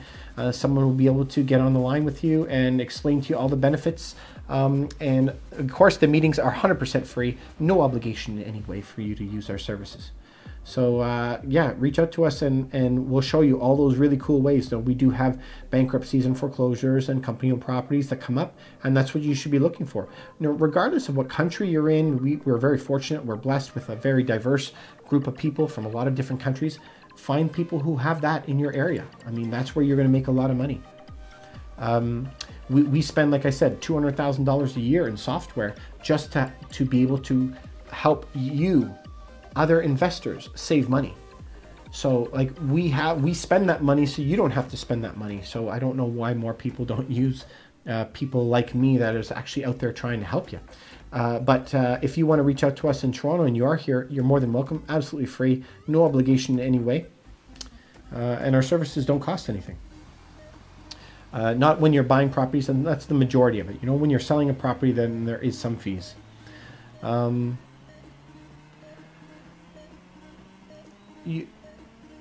don't know what this means. You meant thank you for avoiding your previous comment, Rafi. I don't know which one. I'm sorry, guys. I think you're just another troll. I don't know what's happening. You'll be willing to pay 20% take over the mortgage with a low purchase. Yeah, Sam, if you want, you can reach out to us at contact@Ruff Team Realty, or you can email me at that email, or you go to our website at Ruff Team Realty, and one of our guys will be able to talk to you. Hopefully that helps. You're more than welcome to. Absolutely free, no obligation. What is my take on crypto? Would I buy Bitcoin? So, I mean, guys, remember, I'm a real estate broker, so I'm not necessarily, I'm not, I can't give you fiduciary financial advice on what to do, but I can talk to you about myself. Back in 2012, I started buying Bitcoin and other cryptocurrencies, and I've been buying them regularly ever since. So I do have it, but like most hedge fund people will say, you know, only have 1 to 2% maximum in your account ever. The risk with it is you can now use Bitcoin and not pay any taxes. That's the only way governments can make money, is if they tax you or they print money, and they're doing both. So if enough people catch on to Bitcoin and enough people use Bitcoin to all get away from paying taxes, how long do you think it's going to be before the government shuts down Bitcoin? And everyone says, well, you can't shut down Bitcoin because the ledger and so on and so forth. Listen, I used to mine Bitcoin. I understand what that means, but you can shut down the houses that sell Bitcoin and so forth. So you might not have, you'd have to go down in the onion on the dark web. Only 1% of people know how to do that. It wouldn't catch on. So this is where have a little bit in case it makes a huge run, but always be sure to take some profits to make sure that you're not going to go over 1 to 2% of your portfolio. That would be my take, but that's my safer take on it. But of course, some people have made millions of dollars. So we had a guy that bought a 4-story penthouse. 4-story penthouse. He was a little guy. He lived with his parents. He had Bitcoin. He bought it in 2018, 4-story penthouse, unfinished. And it was all from Bitcoin, 100%. And he bought it cash, by the way. In addition to buying the 4-story, he bought 2 other penthouses as well. All cash, one deal. Crazy, right?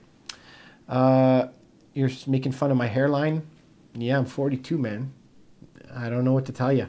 It's funny when people make fun of you, right? They never have a picture next to their line. They're always like an unidentified person.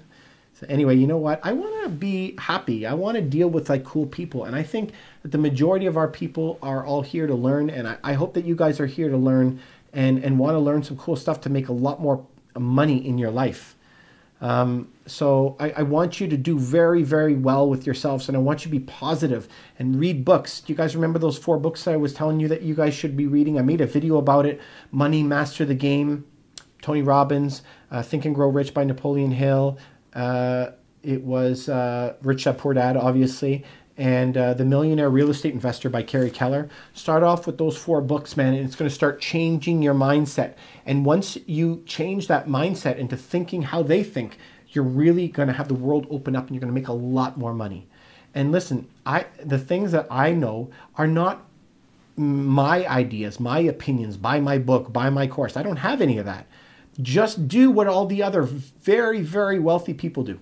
That's all I'm saying.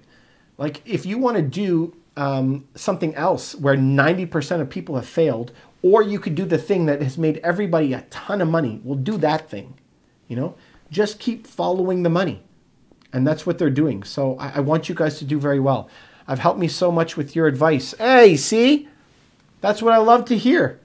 That's the type of guy I like to have. Thank you for the great comment. I really appreciate it. It means a lot to me. I put a lot of effort in. My entire team puts a lot of effort into this. We have a very strong group. And everybody goes through extensive trainings with me to make sure that they're going to be delivering that same message. If you ever want to deal with me personally, you can always reach me. And we can go over your individual situation 100% free. No obligation in any way. So this is to the Sentinel. Do I recommend putting only 20% down on high value properties and leverage the rest? $2.5 million house. The good question, is this the Sentinel?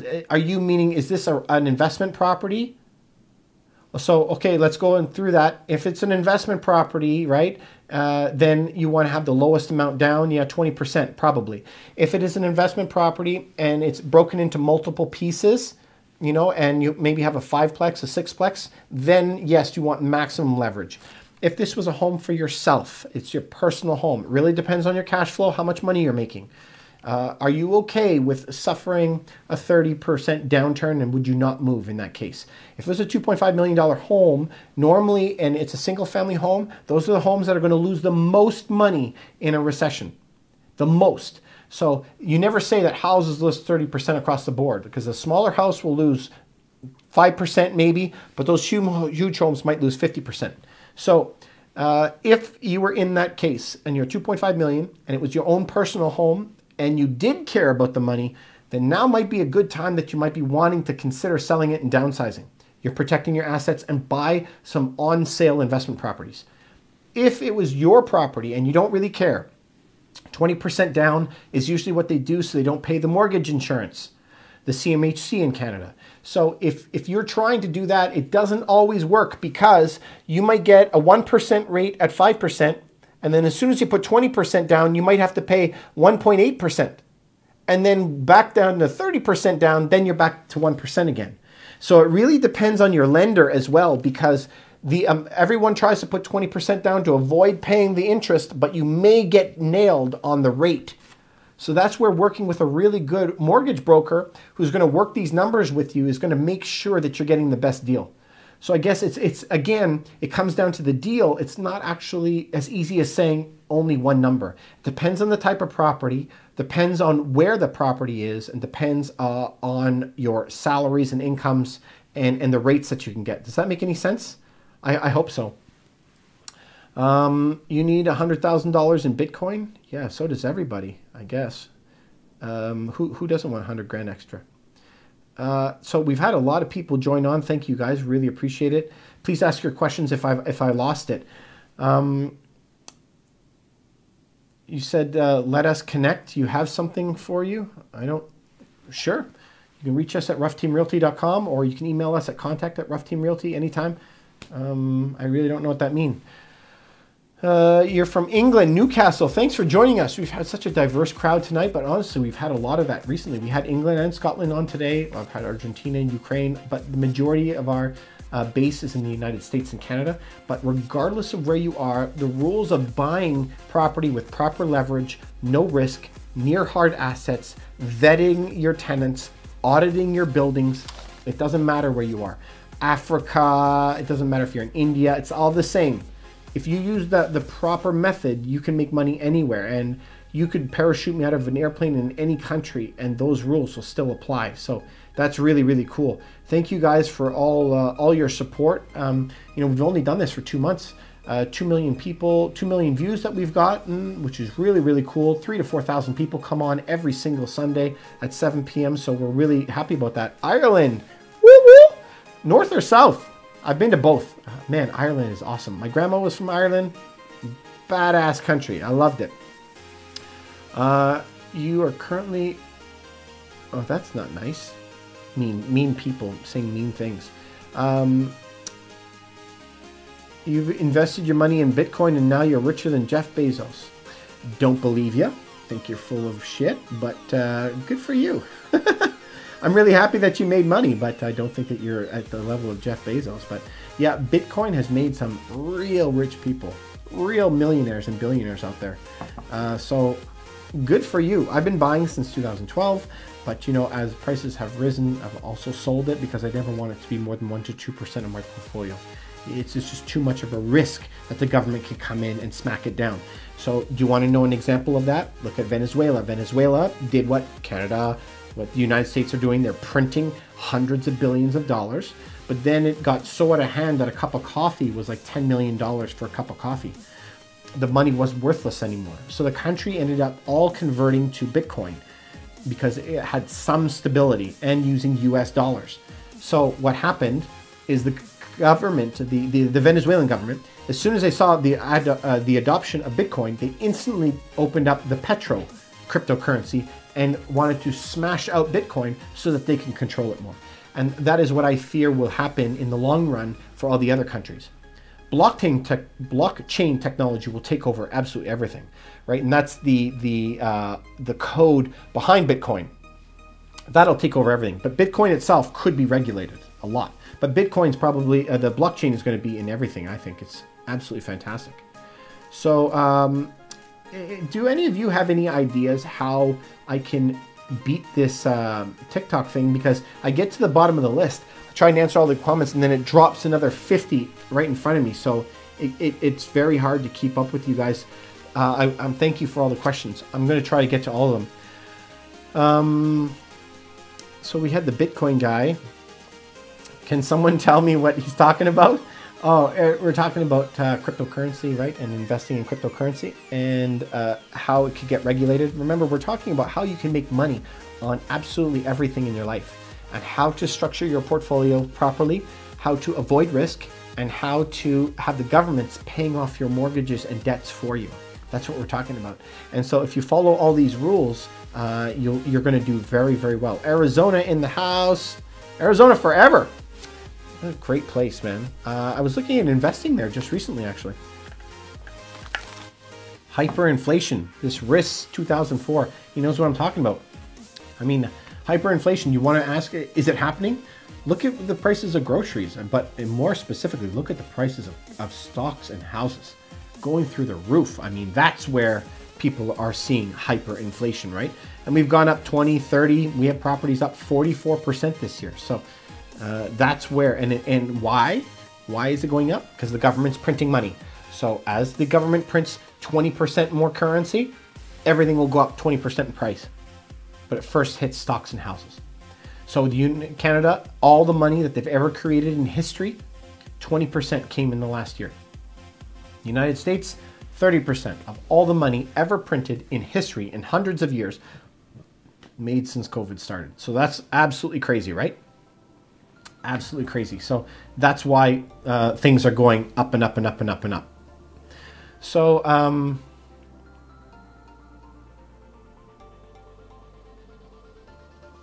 I really don't understand what that means.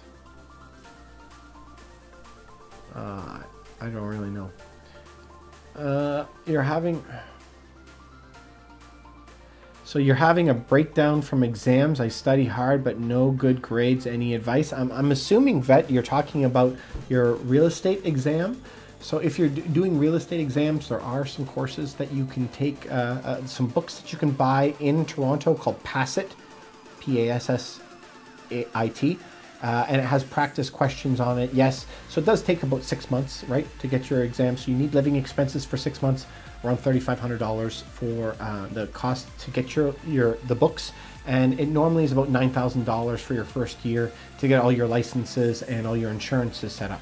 But I normally say it's around 10 grand a year, $800 a month or something like that to pay all your bills to keep your real estate license. But then once you build a team, you know, the costs are going to go quite a bit up. But if you're looking to study, pass it and get a private tutor.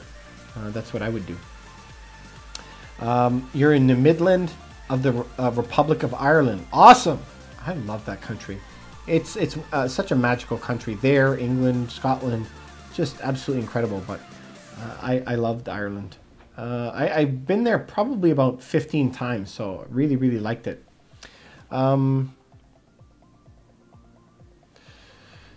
Bunch of trolls on here. Sorry, you guys, for having to go by that while I waste my time on trolls. But you know what? I've kind of accepted that it's actually just a natural part of being online. At the end of the day, we just want to be super positive, right? Help you guys in any way that we possibly can. That's what I want. I want you guys to do very well.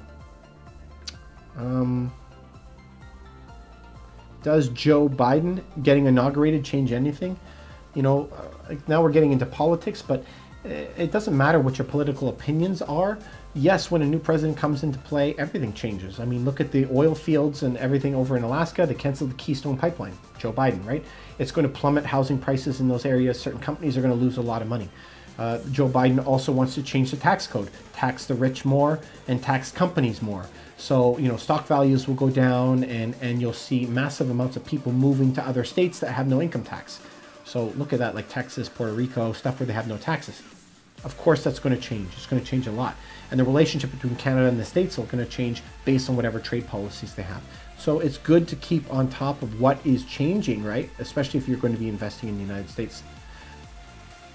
Will the Bills make the Super Bowl? I don't know. I've been to a lot of Bills games before. That's really fun. This is how uncool I am, guys. It says, don't listen to this guy. He's a spoofer. I actually have no idea what a spoofer is. These trolls.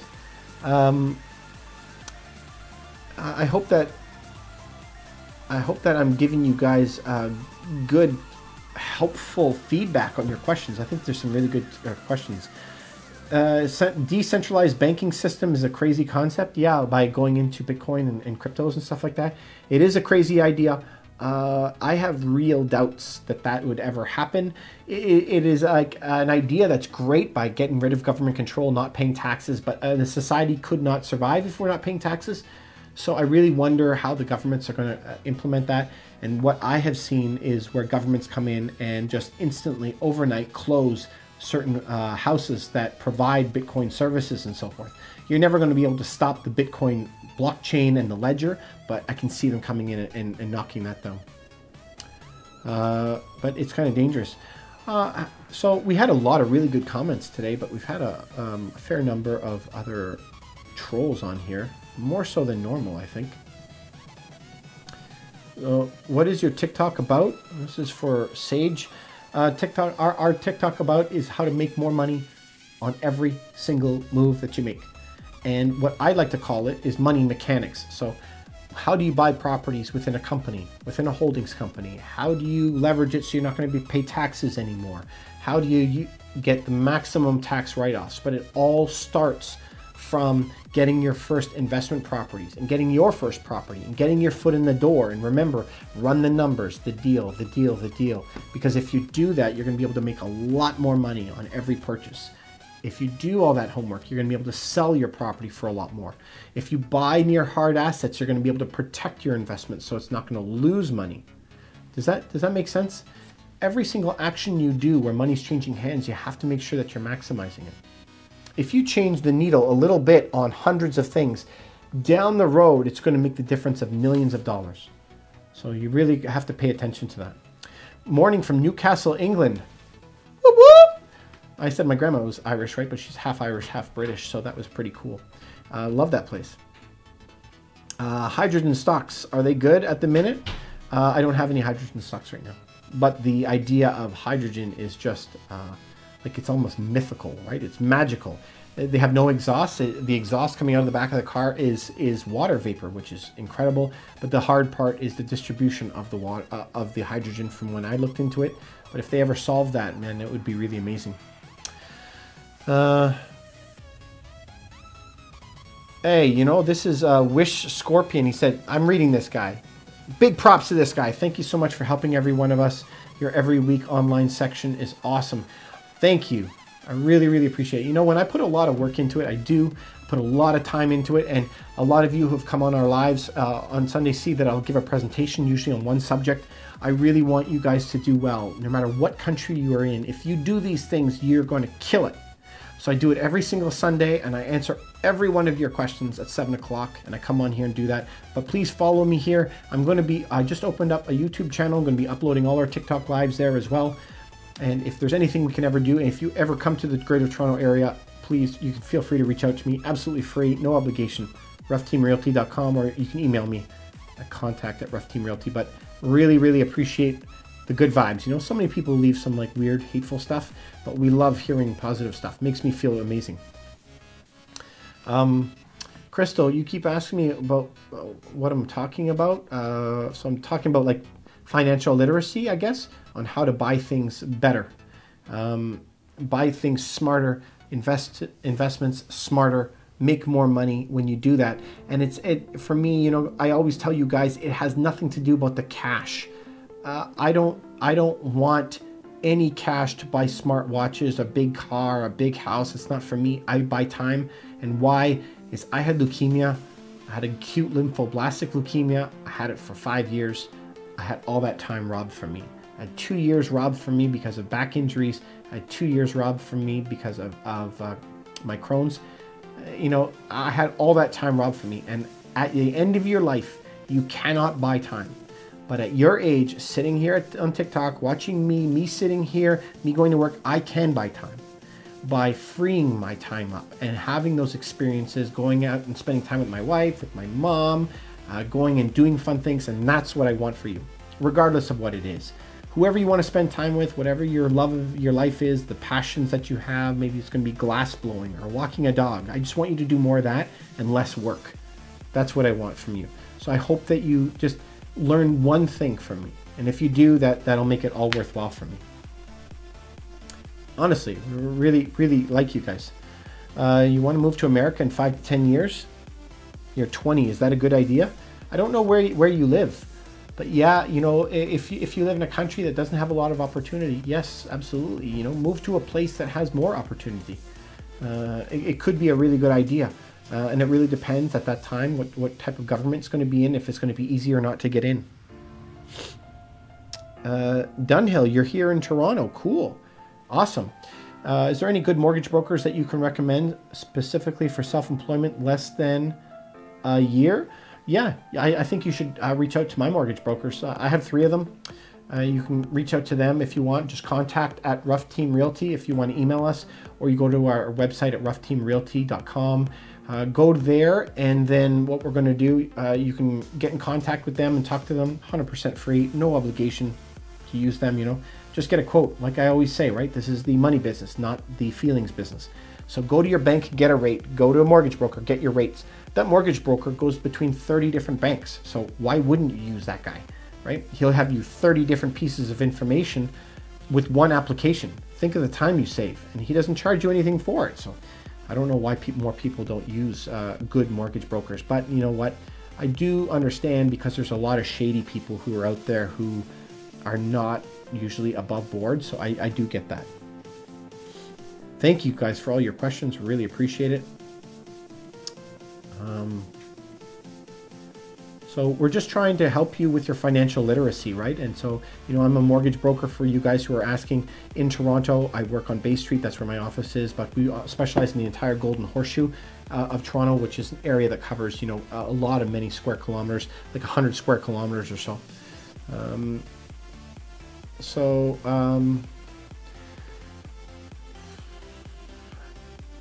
Yeah, these lives are incredibly helpful. Don't listen to those loser trolls, man.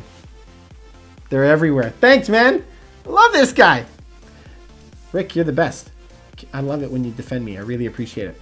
There's a lot of those guys, right? There's a lot of hate that goes on out there, but I got to be honest, on every channel, it's very polarized, and there's not a lot of people down the middle, right? Either people are really, really thankful, and there's a lot of haters out there, but the great thing about opening a business and working in a business, and I encourage every one of you to do it, is you don't have to work with everybody, right?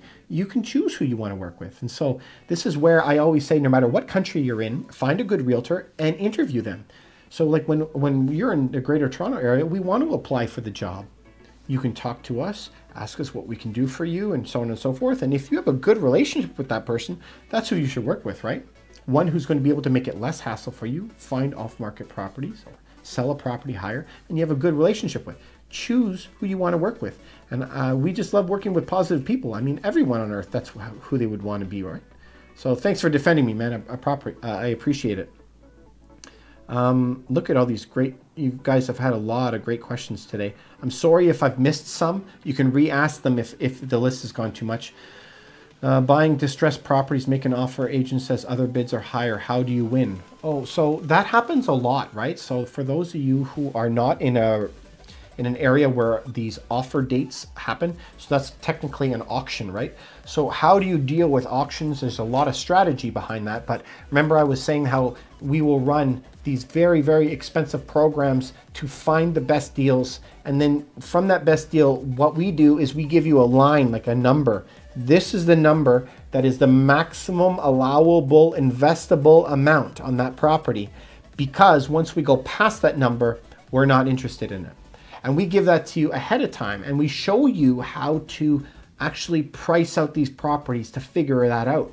So if you have done all that homework, you've learned to price the properties, you've done your homework and know that line, we send most of our clients, we tell them don't buy it, walk away, because you don't want to get involved in that where you're paying over market value and then you're hurting your returns. So you have to be okay walking away from a property if another person is going to offer cuckoo numbers on that property. Your goal is to get a property that matches your investment goals. So you may have to offer on 3, 4, 5 properties. That might have to happen. But then you're guaranteeing yourself to get on a property at a really good deal. So the guy that I was talking about earlier that just got a property yesterday, he got it at $20,000 below market value. I think he had offered on like 5 homes, something like that. So you really have to be careful, right? We've had people that offered on 10 homes, 15 homes, because you need to make sure that you're going to win, but you're only going to win on the one that matches your financial goals. And so I think that's where you have to focus, the deal, the deal, the deal, but you can win. So that property that we just won, the $20,000 under, you know how many offers were on that property? Not very many, 8. But remember last week I was talking about that one that in Guelph, 45 offers. 45 offers, but guess what? We won it. So there's strategies that you have to use when you go into that on what kind of deposits you're going to put, what kind of occupancy days, what kind of conditions you're going to put, what you're going to ask for. All of that is strategies on how you're going to win the property, and the property that we won, we weren't even the highest bidder. So how do you do that? There's a lot of strategies involved, but you got to work with a really good realtor who knows what they're doing. Ada, you said you've learned tons from me. Thank you so much, man. It really means a lot to me. I love hearing that. If any of you learned one thing and use this to improve your financial literacy, retire a couple years early, man, then you won and I won. I just want you guys to do very well. So this is to Dunhill. You said you're interested in dealing with me. You'll get in touch with me tomorrow. Great. You know, we're always here. RuffTeamRealty.com. Or you can reach us at our website at email, contact@RuffTeamRealty. Love to hear from you. You know, absolutely free. There's no obligation in any way. Reach out to us anytime. Developing property versus strictly renting property. So are you asking if you would buy land, build on it, sell it? Is that what your question is? Because right now, don't take my opinion. Do what all the other people who are making millions and billions of dollars. So what are they doing? So what they're doing, if you go watch the market and look at what's happening, the number of people developing properties and flipping it is way smaller than the number of people who are accumulating properties and continually renting them out in a very smart fashion. So, you know, follow the money. I mean, I say that every single week. It kind of sounds boring, but follow the money. So for you, especially when you look at your taxes and depreciation and being able to push it down the road and pay no taxes, you know, renting properties is going to be a much better strategy right now, even though you can make some other money. So instead of putting, like, let's call it 5 times the work to flip a property and make higher returns, it's better to have the passive money, renting property, long-term, no taxes, collecting the money and being very smart with your financing on that side, but put way more effort and try to grow that 5 times. You're going to do way, way, way better. And listen, read the tax codes. If you go look at all the tax codes in Canada and the United States, they all favor that one. They're going to be giving you massive tax credits for that. So, I mean, don't take my opinion for it. Follow the billionaires. Just do what they do. Hopefully that was helpful. That's what I would do. Because if you guys are going to be buying properties, developing it, flipping properties, anything like that, you now have a job. So my goal is for you to have more time off. I want you to have more time off. Nice suit, man. If you are telling me it's a nice suit, then really, thank you, thank you. If you're making fun of me, then I don't like you so much. All right. What's $383? I have no idea what that means. Thank you guys for this. Best investment for a 20-year-old? Best investment is books right now, man. 20 years old, man. I wish I was you. So at the beginning, I always talk about my books, right? Gary Keller, Millionaire Real Estate Investor, Money, Master the Game, Tony Robbins, also the Think and Grow Rich by Napoleon Hill, and the Rich Dad Poor Dad books. That's where I think you should start off. Buy books, start changing your mindset and learning. Everything they taught you in school is a crock of crap, to be honest with you, because they taught you stuff that you needed to grow up and get a job and work hard and do your 9 to 5 and put money aside in a 401k in the States or put it in their RSP in Canada. And that's not how you're going to get financially free. And my challenge to you is find me a multi-millionaire. I mean, like worth 100 million or any billionaires, or find me one who did that recipe that you were taught and made it. And you just, there is nobody. So you're going to have to do the things that the rich people do, right?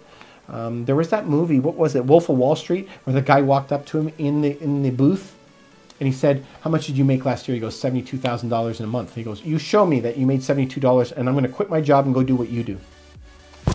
Just do the same thing, man.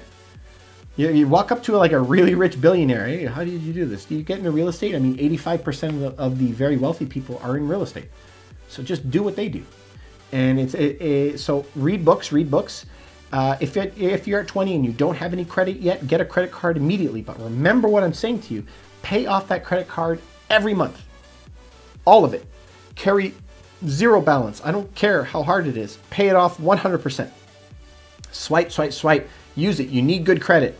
Get that going and get in your first property as fast as possible. If you're living at home, get your first property, 20 grand down. Get your first property, 5%. That's it. Get your first property, 5% down. Rent that damn thing out. Make money. Start that process because you have to get on that wheel and let the government start paying off your mortgages for you. I wish I was you. This is to AM123. I wish I was you when I was 20 and I knew what I knew now, man. It would be a completely different world. Completely different. So please, please, please do that for me, please. Go read those books and change your life. Thank you guys for all your comments. What's happening, lad? Cool. Are you from Scotland and Ireland like some of our other guys? I hope so. We like those guys. My family came from Europe, but you know, I mean, like 200 years ago. So I mean, it doesn't count. I don't speak any of those languages anymore. Thank you guys for the questions. I really, you know, if any of you know me, I try to get to all of them before you get there. You don't need credit, so I don't know what that means, but yeah, you do. I don't know a situation where you don't need credit. You always need credit. Seller take-back mortgages, maybe. But you know, you still have to convince them on a seller take-back mortgage of your position and your assets and so on and so forth and why you'd be a good credit risk. And usually they ask for that. Tips on the BRRRR strategy in Canada. So this is to Johnny London Gulf. BRRRR strategy. This is perfect. This is exactly what I'm talking about, you guys. You should be doing the BRRRR method. Do you guys know what it is? Is buy a property, you're going to rehab it, and then you're going to rent it out, and you're going to refinance the property, and then repeat. So you only put 3 R's there, but there should be 4, because the repeat is the real money, right? So you're going to buy a property that's a fixer-upper, put $20,000 into it or whatever, repaint it, new floors. Then you're going to rent that thing out for the most money you can. Then you're going to go to the bank, get them to reevaluate the property at a higher price, and take your full 80% out. many times you're going to be able to pull out, because of the appreciation of the property, what you've done to it, you're going to be able to pull out 100% of the money you put into it. Now you have that cash flow coming in, and you have zero of your own money sitting into it. It's a perfect strategy. It's amazing. So what does it all sit on? What does the whole strategy, the BRRRR strategy, rely on? You finding a good deal and you rehabbing it, right? Two things: finding a good deal and rehabbing it well. So how do you do that? Interview a lot of real estate brokers or real estate agents in your area. Find a guy who can find you a good deal. Find that guy who has off-market properties. We have 960 properties right now that are not on the market. So you got to find those that have bank foreclosures and distressed sales and company-owned properties and stuff like that. If you can find a guy that can find you a good deal, step one. Now you have that property. Now you have to have a good guy. Maybe it's your family that can, your uncle that can help you do rehab inside, or you're going to fix up the property and make sure you don't get screwed over. You have to make sure that the materials are at a good price, that you're building at a good price, and that you're going to maintain your margin when you go to refinance the property. You get those two guys, you're away to the races. And then it's repeat, repeat, repeat, repeat. Remember, it's a race to 10 doors. 10 doors. And why? It's not the race to the total value of your portfolio. You need 10 doors, because if one guy doesn't pay you for whatever reason, COVID, loses his job, the other 9 will continue to pay you and keep your portfolio running. You don't want to be in one expensive property, because if that guy doesn't pay, you're screwed. The whole house of cards falls down. The race to 10 doors, that's what it is. Why is real estate cheap in Manitoba compared to the rest of Canada? It's because they have a lot of land, they don't have as much jobs out there, and it's colder. I mean, that's really why it is. But are you always looking at the price of the home? Is that all you're looking at? Or are you looking at the return? Because I had a client of mine who just bought a 6-plex, and I think he told me a couple houses, like two single-family homes and a 6-plex out there. So if you could go and buy properties out there that have really good returns, hell yeah. I mean, I've never done it. I just have never looked there though. But I almost guarantee you that if I look in Manitoba, I'm going to find a really good property at a good price, near hard assets, that has a really good combination of cash flow and appreciation on the property. And if you can find something like that, then it's great. You know, you need a good balanced portfolio. So I know it is cheaper, it is, but don't always look at the sticker price. Look at the potential for investment. The potential, how much money you can make. Projection on future markets in Ontario really depends on where you're talking about Ontario. So as you saw before COVID, 5% of people worked from home. Now we're at 54% of people work from home. So insane numbers, right? And this isn't going to go anywhere.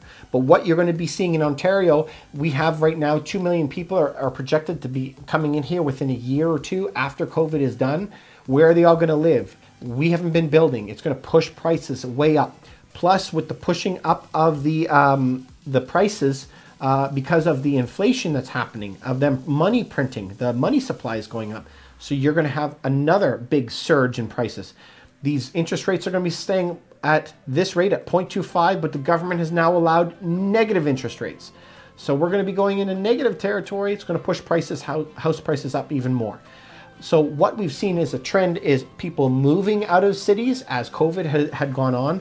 But what we're seeing now with whispers of vaccines and hope in the air, a lot of people, that trend is reversed. We're seeing a lot of people as of December and January moving back into Toronto. We're also seeing a lot of climate change people moving back into cities because it's the most climate friendly place to live, because there is no vehicles required. Just jump on public transit. There's not a lot of roads required because there's so many people living concentrated, and it's very efficient for a country, very efficient for climate change. So I think you're going to still do very, very well. And political climate here, very easy to move. We have a lot of people moving from the States to Ontario. Scott Lee, you said, yes, sir, read those books. It's easy, fun reads, and you're on your 5th book. Beautiful, man. I love this guy. Scott Lee, I'm proud of you. Keep going, buddy. The more you learn, the more you're going to make, period. The more value you can bring to people, the more money you're going to make. You know, my dad taught me that when I was young. So if you get really good at something, you only have to be good at one thing in your life. But if you get really good at it and you can bring a lot of value to people, and teach them a lot of stuff, you'll have clients for the rest of your life. It's just like that. So I'm so proud of you. I hope that you keep killing it, keep doing good. Having so many questions. Thank you all, guys. I really appreciate it. Let's see. Looking to buy your first investment property, 5.6% cash on cash return and $6,000 cash flow POS. I'd have to look at it. Johnny London. So I'm assuming Johnny London Golf, you're in Canada. If you were in Canada, I'd like to see the deal. So I would be happy to look at it, absolutely free, no obligation. If you want to email it to me at contact@Ruff Team Realty, just mention that you would like to speak to me directly. I'd be happy to do it personally. Or if you want to reach someone else in my team, you're happy to, you can use them as well. But 5.6% cash on cash return, it really depends where. So, you know, if you're in a metropolitan city, like Toronto, you'd be hitting around 3%. About 45 minutes outside of the city, you should be hitting 4%. If you're in London, for example, you should be hitting at least 5%. And now I'd have to see what kind of building. So I'd be looking at, is the building audited? How much do you have in reserve funds? How much is the building for liability? Are they being sued? Or are they suing anybody? Any personal tenants being sued in or out? Make sure the property management is up to date. Everything has been returned. Okay, is the building near hard assets? Make sure that it's near hard assets, near a school, near a hospital, near something that's not going to move, near a river, a lake, a big park, something like that. That's not going to go anywhere. Then if that is checking all of your boxes, I would then be figuring out what is the absorption rate in the area, like how fast are things selling. You also have to know what the average incomes are for that area. Are people moving to that area? Also, you want to know the average incomes of the area. So can they afford it? What delinquency rates are in that area. Make sure that's okay. And make sure that the property is appreciating at an acceptable level. So, I mean, it's not as easy to look at just this. There's a lot more involved in it before we do that. We call it our due diligence. And so we have programs that, like we said, that, you know, cost hundreds of thousands of dollars across all of our programs, but you have to run all of this stuff to make sure you're getting into a good property wherever you are. So either if you're in London, England, London, Ontario, whatever London you're in, it's the same rules, exactly the same rules. It doesn't really change. Was that helpful at all? I hope it was. What would I suggest for a first-time home buyer? This is for Rocky Knowledge. Oh, I think I skipped some questions. Is that possible? Sorry, guys. There's just so many of them coming in. What do I suggest for a first-time home buyer? Buy a property at the best deal you can. Period. When you're a first-time home buyer, remember you have privileges, right? So in Canada, if we're talking about Toronto, the government gives you $4,000 rebate for the city tax, $4,000 for the provincial taxes. So you get $8,000 back right away. The government can also help you buy a home. They'll pay 5 or 10% of your property for you, and they'll co-purchase the home with you. Or you can borrow $35,000 from your RSP in Canada. That's similar to a 401k in the United States, where you can borrow that money without paying tax on it. 2 years to do nothing with it. You have another decade to pay it back. So, you know, use all of the programs that you can. After you've done all that, though, you have to make sure that you're looking for a property that's on sale right now. So buy a property that is the best deals out there, that is down on value right now and has a huge potential for upswing, depending on where you live. Buy near hard assets, buy in an audited building. In Toronto, you know, very specific buildings you can buy in that are 20 to 25% off, very solid buildings, and you can get into a building like that with huge returns and huge appreciation potential. Those ones are the usually 1 bed and den or 2 bedrooms on a rail line, on a subway line, in an audited building. Generally in Toronto, I mean, you can get into them between $400 and $650. So that's Toronto, but it doesn't really matter where you're from. It's always the same math, right? Same math, same way to figure it out, same equations, and buying a property at a good price. This is to Jake Crawford. You know, I actually didn't even know that people on lives, this is how green I am. I never had social media before 2 months ago. 2 million people in our first couple months. You know, 3,000 or 4,000 people come on our lives every single weekend. So I'm blown away. But thank you guys for supporting us.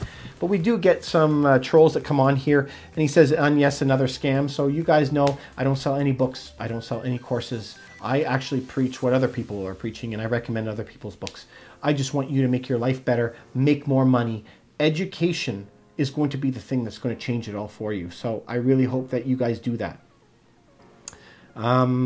Rather be a boomer? Yeah, they had it pretty good. They had a really good run. Greatest generation, right, they say. What do I suggest for a first-time buyer? I think I already answered that, right?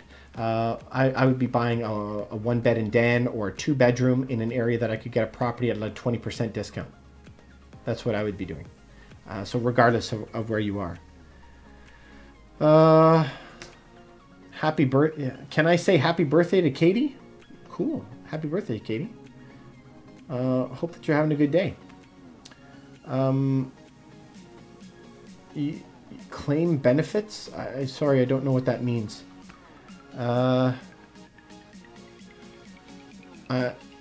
I don't know who you're commenting to, that this one person isn't a lawyer. Yeah, I don't know any lawyers. I'm definitely not a lawyer. I have lawyers that work for me.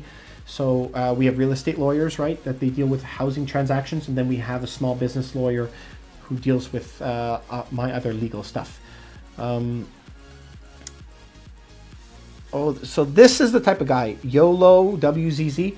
I'm in a rut in life and I don't know what to do. I really don't want to be in a 9-to-5 slave though. YOLO, you are the exact type of person that I'm trying to talk to and that I'm trying to find. You are. Don't be in a rut. Don't be the 9-to-5 person. The governments have been very, very clear on what they're going to do in the future. And they have written all the tax codes for your benefit so that you make more money. Read books, not my books, not my courses. Go read books and read what all the millionaires and billionaires are doing. They're going to tell you how to make money. So what I would do if I was stuck in a 9-to-5 rut, I would start reading books, invest in myself first. Read all those books. Remember what I was saying? Think and Grow Rich, Rich Dad, Poor Dad, Money, Master the Game. Jack Griffin, thank you for the gifts. Thank you guys, it means I'm doing a good job. The Millionaire Real Estate Investor by Gary Keller. This is for YOLO. That's what you want to do, okay? Read these books. Start working on the weekends and evenings to educate yourself and maybe start a side hustle business. When you work for yourself, you know, you're a W-2 worker in the States, T4 worker in Canada. When you're doing that, you can pay up to 50% tax. You have a small business, everything is a write-off, and you only pay 12%. It's incredible what you should be doing that. So there's going to be a bridge time where you're working and having a business, but your job is to wean that off. And how you're going to do that is you're going to leverage yourself properly and buy very safe assets using other people's money so that you can make even more money off of their money. Change your life, because you can do that. You can do that. And I've seen people do it in as little as like 2 years. The most I've saw is one guy that did it in like a year. They bought 10 properties in a year. But it really depends on how much cash flow you coming in, how big is your family, et cetera, your payments, right? But you could do it really fast. But, you know, again, I'm not a financial advisor. I'm a real estate broker. I run a team in Toronto. You know, I can always talk to you about what I do, but I can't give you advice on what you should do. I don't sell any products or anything like that. But if you ever want to reach out to us, you know, reach out to me, ruffteamrealty.com, or contact at Ruff Team Realty for email. Email to me or contact me anyway, and we'll get back to you. And so, you know, I just had somebody who contacted me. They weren't even in Canada. I still talk to them, you know. I'll try and help you out in any way I can. So I feel for you. That's for YOLO, man. I felt that same way. Everyone always feels that way, but there is a way out. If you get verbally abused on TikTok, do you have any legal standing? I have no idea. I'm not a lawyer. Can't really help you with that. So, sorry, so many comments, but I just saw a comment that caught my eye here. Someone was commenting to YOLO who I was just talking to. Sorry, man, I lost the comment. You got an LLC, now what? Now what? Is it just deduct repair cost? So an LLC, for you guys that don't know, limited liability company that's in the United States. So, you know, you can have an LLC. You can also have a holdings company that has the LLC within it. And this is all to shield you from taxes and also to shield you from legal liability and so on and so forth. But it depends on how many properties you have in the LLC. Remember, I'm not a small business lawyer, right? So I can't be counseling you on that. But you should be talking to a good real estate lawyer or a small business lawyer that can help you explain that, right? So it's not just repair costs that you can write off, but, you know, part of your car because you're driving to the properties, your gas, your insurance, right? Your cell phone, your laptop, your internet service, you know, depending on how big your home is, different percentages of your home, because that's going to be your home business as you property manage all your properties out, right? Any of the repair costs, absolutely. Maybe you're going to be moving a tenant out and painting the inside and fixing it up and jacking the rent up. You know, it's, everything's a write-off. Property management's a write-off. Like everything that you use in your life to promote it is a write-off, right? In the States, you can also rent out your property to your business 12 times a year. Your travel, if you're traveling somewhere for business to maybe get more business, that's a write-off as well, right? Your hotels and everything. So if it touches your business, it's a write-off. So it's fantastic. If you don't know what you're claiming benefits, it's not a good business person. I don't know. Yeah, I mean, any good business person really has to dive deep in that. And listen, I'm not an expert. I've had to pay tax advisors my whole life and good accountants, you know, to help me out with all that. So really be looking at is getting a good team together, right? You need a very, very good team together. So you need, in your case, if you have an LLC, you need a good real estate person, a really good mortgage broker. Then you need a small business lawyer and a good accountant. You know, you have to work with them, get a good group working together. Professor Smoke, do I have experience in multifamily? All the time, almost every day. So we deal with single family properties with condos in the bottom or duplexes, quads, whatever. And you can go all the way up into commercial properties where you have a lot of different tenants, right? You can be up into 100 tenants. So, yep, we work with those all the time. But you know what? The numbers and the principles that we tell you are the same as even in residential property, even though it's a very different world, right? Buy near hard assets, by looking at the numbers, looking at the deals, how safe are the tenants, how good, steady is the cash flow, and making sure you're reducing risk and increasing the potential for appreciation and the possibility for raising your rents. So yes, dealing with multifamily is fantastic. I think it's great. I love it. It's one of my favorites. How do you get over laziness? YOLO. You wanted me to tell you what I found was different with me is that how do you get something? Nothing follows motivation. Nothing. So if you're waiting for motivation to happen in your life, it's not going to happen. There's no magic day that you're going to get up and want to do it. You always want to just watch Netflix and whatever to hang out. Success will follow habits. That's it. If you wake up every day and you say every single day, I'm going to spend 30 minutes reading about a finance book or something to improve my literacy. Every day I'm going to spend another half an hour exercising, keep my health. Another day, every day I'm going to spend 30 minutes to push my business forward or move me in a good direction. If you made a commitment to do those things, you will do well. If you made a commitment to go to the gym every single day, period. I don't care if rain, shine, you're not feeling well, whatever. Forget going to the gym, I know COVID, but just you're going to exercise every day. It's impossible that you're not going to be a stronger person and be more fit. It's not going to happen. It's the same thing as if you commit to yourself to improve your financial literacy and your financial freedom every single day and make it a habit, you will change your life. You're going to. So change your habits. That's my best advice for you. Change your habits and you're going to change your life before anything. I got some more gifts, you guys. I really thank you. I actually don't really know what to do with those gifts. I saw them getting put in my account. I just started, 2 months ago on this channel. We've had over 2 million views across our channels in 2 months. We have 3,000 or 4,000 people come by every single Sunday at 7 o'clock as I try and answer your questions and help you change your life towards financial freedom as well. So I really appreciate it. These gifts, thank you guys. I really appreciate it. This is for YOLO. I hope that you change your habits, change your life. You want to start your own clothing brand? Yeah, I don't have a clothing brand, man. Sorry. I'm a real estate broker. Remember, how you really scale yourself is to start an online business, a side business, a side hustle if you have a job. So good for you, man. Proud of you. Open your business, start your business, and start remembering to, you're gonna have to protect it soon, right? You're gonna have to open a small company, pay less taxes, a small company tax, and you're gonna have to get a tax advisor, a good accountant that's working with you. I only know one person who started a clothing brand, and they did that through a website called Printful. And they had a store online, and they attached Printful to it and did pretty well. I'm just not a clothing guy. Get my dog on the live. I don't have a dog. Don't have any animals. YOLO, you said you started a real estate program, but you're so lazy. Yeah, I mean, a lot of people start into real estate thinking that it's going to be money coming from the heavens, right? And it doesn't happen that way. It's actually really, really tough. You're entering into a business that over 90% fail within 3 years. So it's the same percentages for entrepreneurs. It's a high failure rate because it's very expensive to run a good business, right? Everyone thinks that they're going to get in and do great, but what you don't realize is that your costs are going to skyrocket, right? So in our case, right, it will cost you tens of thousands of dollars a month just to maintain yourself. You have huge advertising costs and employee costs and so on and so forth, huge software costs. So it is tough. But what I can tell you is what I told you before. If you change your habits, you'll change your life. So if you are consistent and don't give up, ever give up, and you're willing to put in a long days, no matter what, 7 days a week, you'll be successful, period.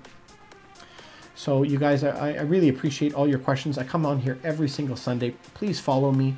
Please go to my YouTube and follow me there once it's going. We're going to be loading all of this, and we're going to be bringing you more comments. Please reach out to me at contact@Ruff Team Realty.